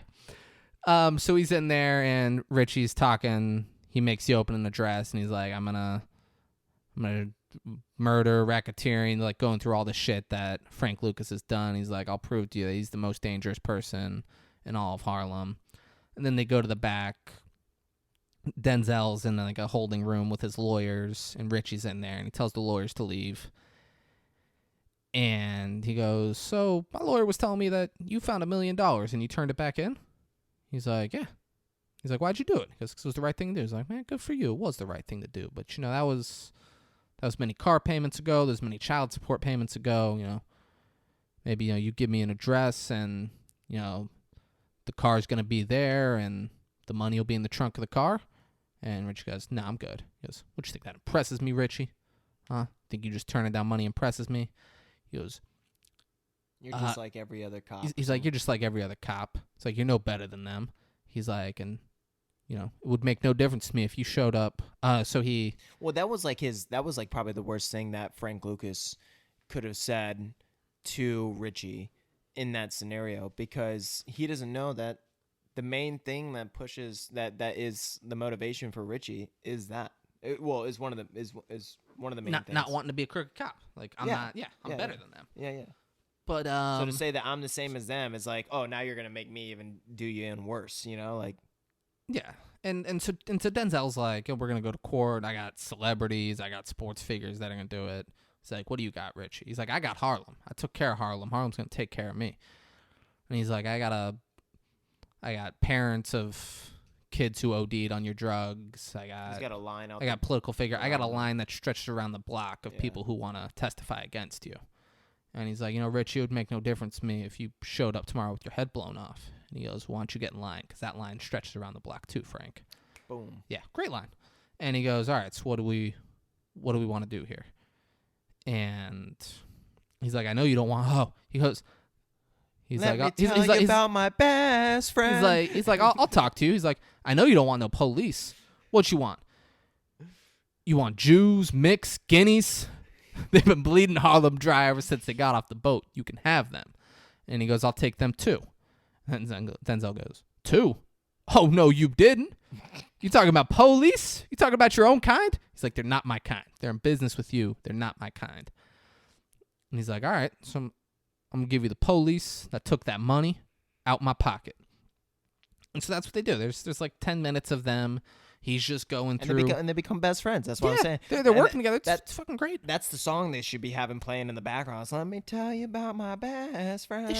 And this scene like made me be like, man, I wish these two did a lot of movies together. Yeah, because they get 2.5 hours into this movie before those two are on screen together, and it's magic when they're on screen together. It's so good. Yeah.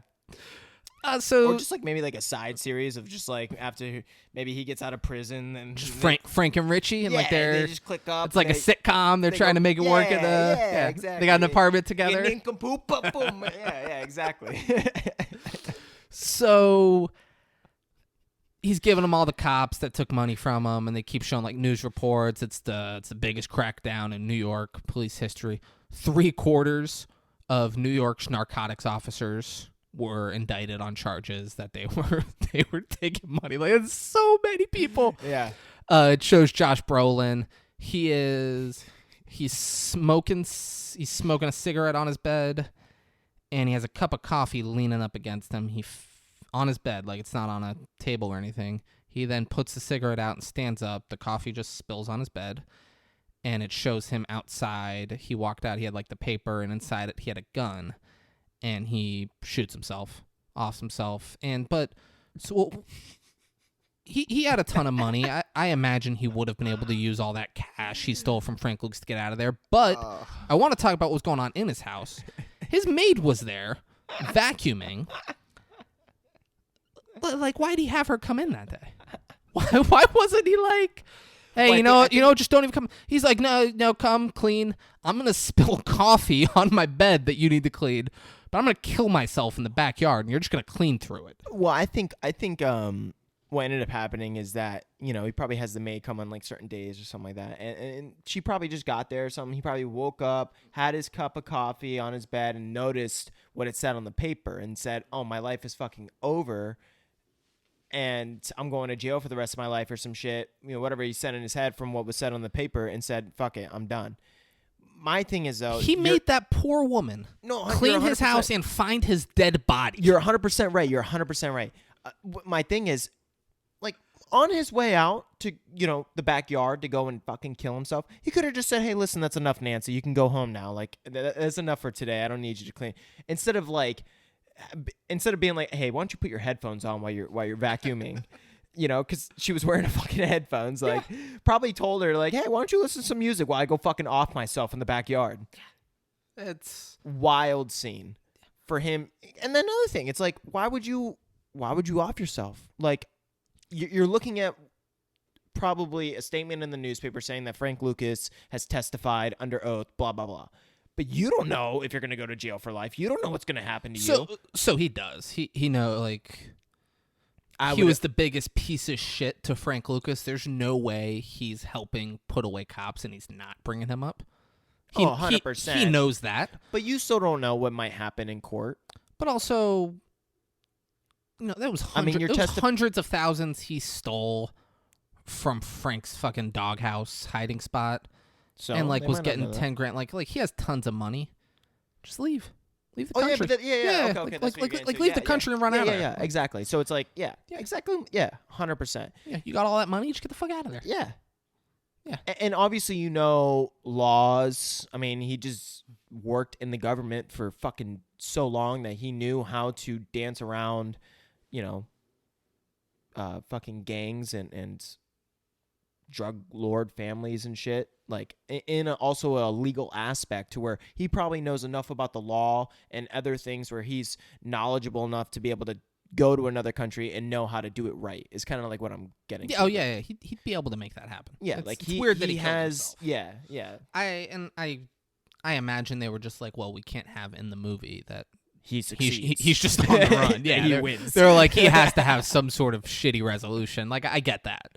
Yeah. It should have just been him getting arrested though. Yeah. Yeah, unless maybe he killed himself in real life. Maybe he didn't have all that money, and they're like, well, we're not just gonna lie and say he got arrested. Like, whatever. No. Okay. But so then Denzel and Richie are there, and Richie's like, man. Having a ball, they're laughing, they're talking over stuff, And Russell Crowe goes, all right, man, I think that's everything. You want something to drink, Frank? And then he goes, got any holy water? And they both laugh. And then on the screen it says, Frank was convicted of drug trafficking and sentenced to 70 years in prison. All of his brothers were arrested. His mom moved back to North Carolina. His wife moved back to Puerto Rico. And then when it shows him getting released from jail, and it says he got out in 1991 after serving 15 years. Richie Roberts was his lawyer that got him out early. So Richie was like, hey, help me with all this. I'm a lawyer now. I'll help you get out. Great. And so in the original cut of the movie, he just walks out of jail. And then there's another little. So in the original cut, he just walks out of jail and it plays that song by Public Enemy. Doesn't it have something that come up, like some words on the screen that say, I don't know, what he ended up doing afterwards, or when he passed away or some shit? Like when he's. No, so he was still alive when this movie. He died 2 years ago. He was still alive when the movie came out. I thought that when he got out of prison and he's looking back and forth and stuff. It's while he's checking out. It just shows all the. It's like here's what happened. Blah blah blah. He got out in 91. And so in the movie, it ends when he walks out. Public Enemy plays. The crowd erupts in the theater and everyone goes home happy. In the cut we watched last night that I've never seen before, he walks out. Russell Crowe's just waiting for him. He's leaning up against a thing. Let me tell you about my best friend. It's so great. They walk around Harlem together. He gets him a cafe latte and explains to him what a cafe latte is. Denzel is doing a weird thing with his hands when he's drinking the coffee. He has his elbows tucked in and he's holding the coffee with both hands and it's really labored. I looked it up. Frank Lucas had arthritis when he left prison, so good on Denzel. Did some research and was like, "Oh, I'll do the weak hand thing and drink my coffee." And they're just walking around. He's seeing how everything changed in Harlem. It smells better out here, doesn't it? Russell Crowe, the second he gets out, he's like, doesn't it smell better out here? He drinks a coffee. He sees a Nike store. 8th Avenue was changed to Frederick Douglass Boulevard. And he's like, this used to be me right here, Richie. 116th Street. Used to run all this. And then these little, young, 90s hip-hop thug gangster dudes, they walk by and, they're looking at Frank. And, they're giving him a look. And he kind of gives them a look back. And they go, ain't nothing. Ain't nothing. And, they keep walking. And then Frank goes, everyone gets to be young once, Richie. And then goes to step and almost gets hit by a car, and Russell Crowe grabs and puts his hand on his chest. As if there wasn't fucking traffic or cars that went 40 miles per hour back in the day. As if that was new. Yeah. Stops him, and then the screen goes kind of gray, and it plays the Public Enemy song then, which better ending. Yeah. Better ending than just he walks out of jail.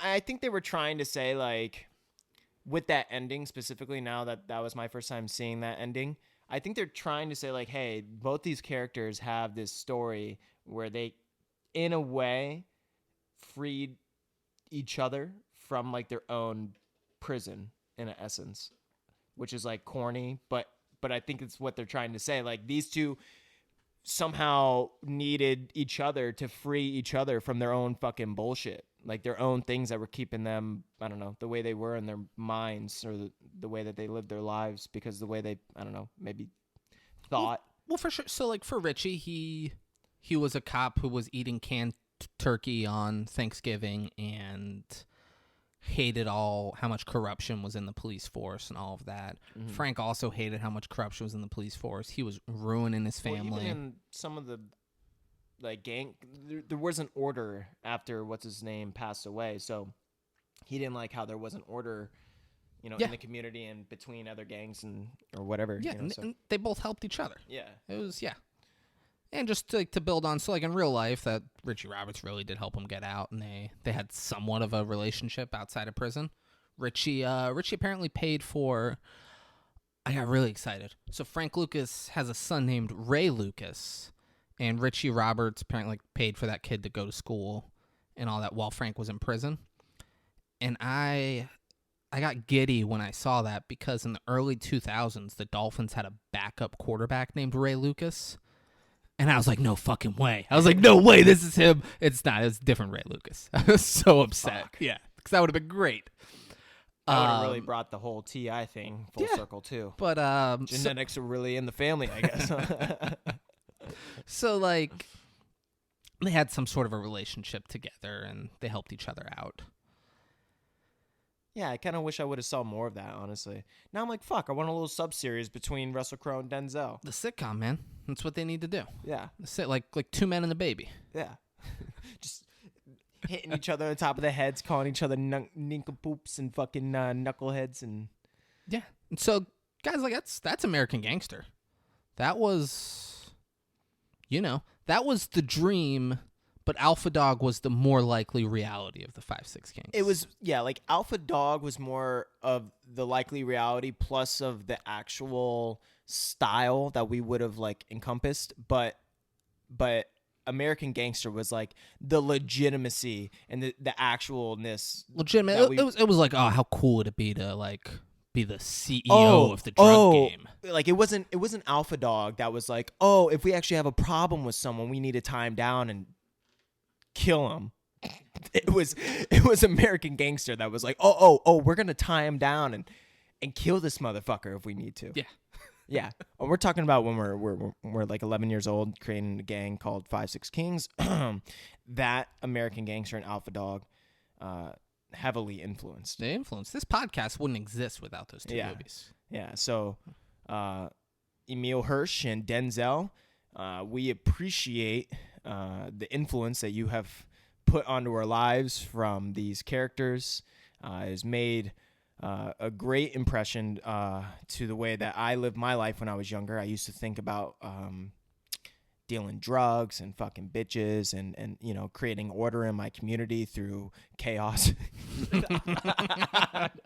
Yeah. And so if you're listening, you've never seen either of these movies, highly recommend both of them. Yeah, highly recommend. Unless you're 12 years old. Yeah, unless you're 11 or 12 and you're really starting to question reality and how you want to live life. If you're an adult who isn't super impressionable, watch both of these movies. Yeah. They're both fantastic.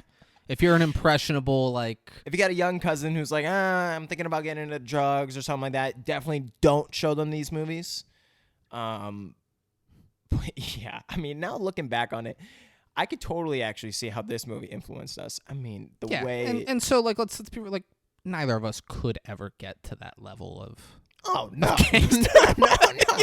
No. These are big dreams for 11-year-olds, like... Yeah. Like, he ran it like it was like General Motors. Like, he was the CEO of General Motors and just running shit. Yeah. But that's... The level of professionalism is nothing that I have to this day. At all. To this day, I couldn't. Yeah. But, guys, so that's American Gangster. Last week was Alpha Dog. Check both of those out. This is now, if you're listening on Apple Podcast, Please subscribe. Please download. Please leave us a review. Yeah, we're on Apple, rating. Spotify, YouTube. Follow us on Spotify. Subscribe on YouTube. Follow the us on 56 Kings on Instagram. Instagram. There's just going to be a website coming soon. Maybe some swag. Maybe like a 56 King hat. Maybe a shirt. Maybe some koozies. Who knows? Who knows? But if you do know Russell Crowe, ask him if he can maybe shout us out. You know, we'll give him some free gear. I don't know, Denzel, if you want to, rock the hat or something sometime, we'll send it Denzel will your rock way. the hat. Denzel, we can get Denzel to rock the hat. Yeah, Absolutely. for sure, right? But yeah, guys, that's it. We'll be back next week. We got UFC fights coming up, so we're gonna talk about those ahead of time, and yeah, go from there. Thanks for listening. Please like, subscribe, share this with people, tell your neighbors, tell Tony Hawk, tell Subway, and Yeah, we'll go don't from forget there. to get that foot long. Definitely watch American Gangster. Yeah, All right, guys, thanks for listening. sweet. Peace out, guys. Bitch, I'm from Palm Beach County, that's where I'm from. When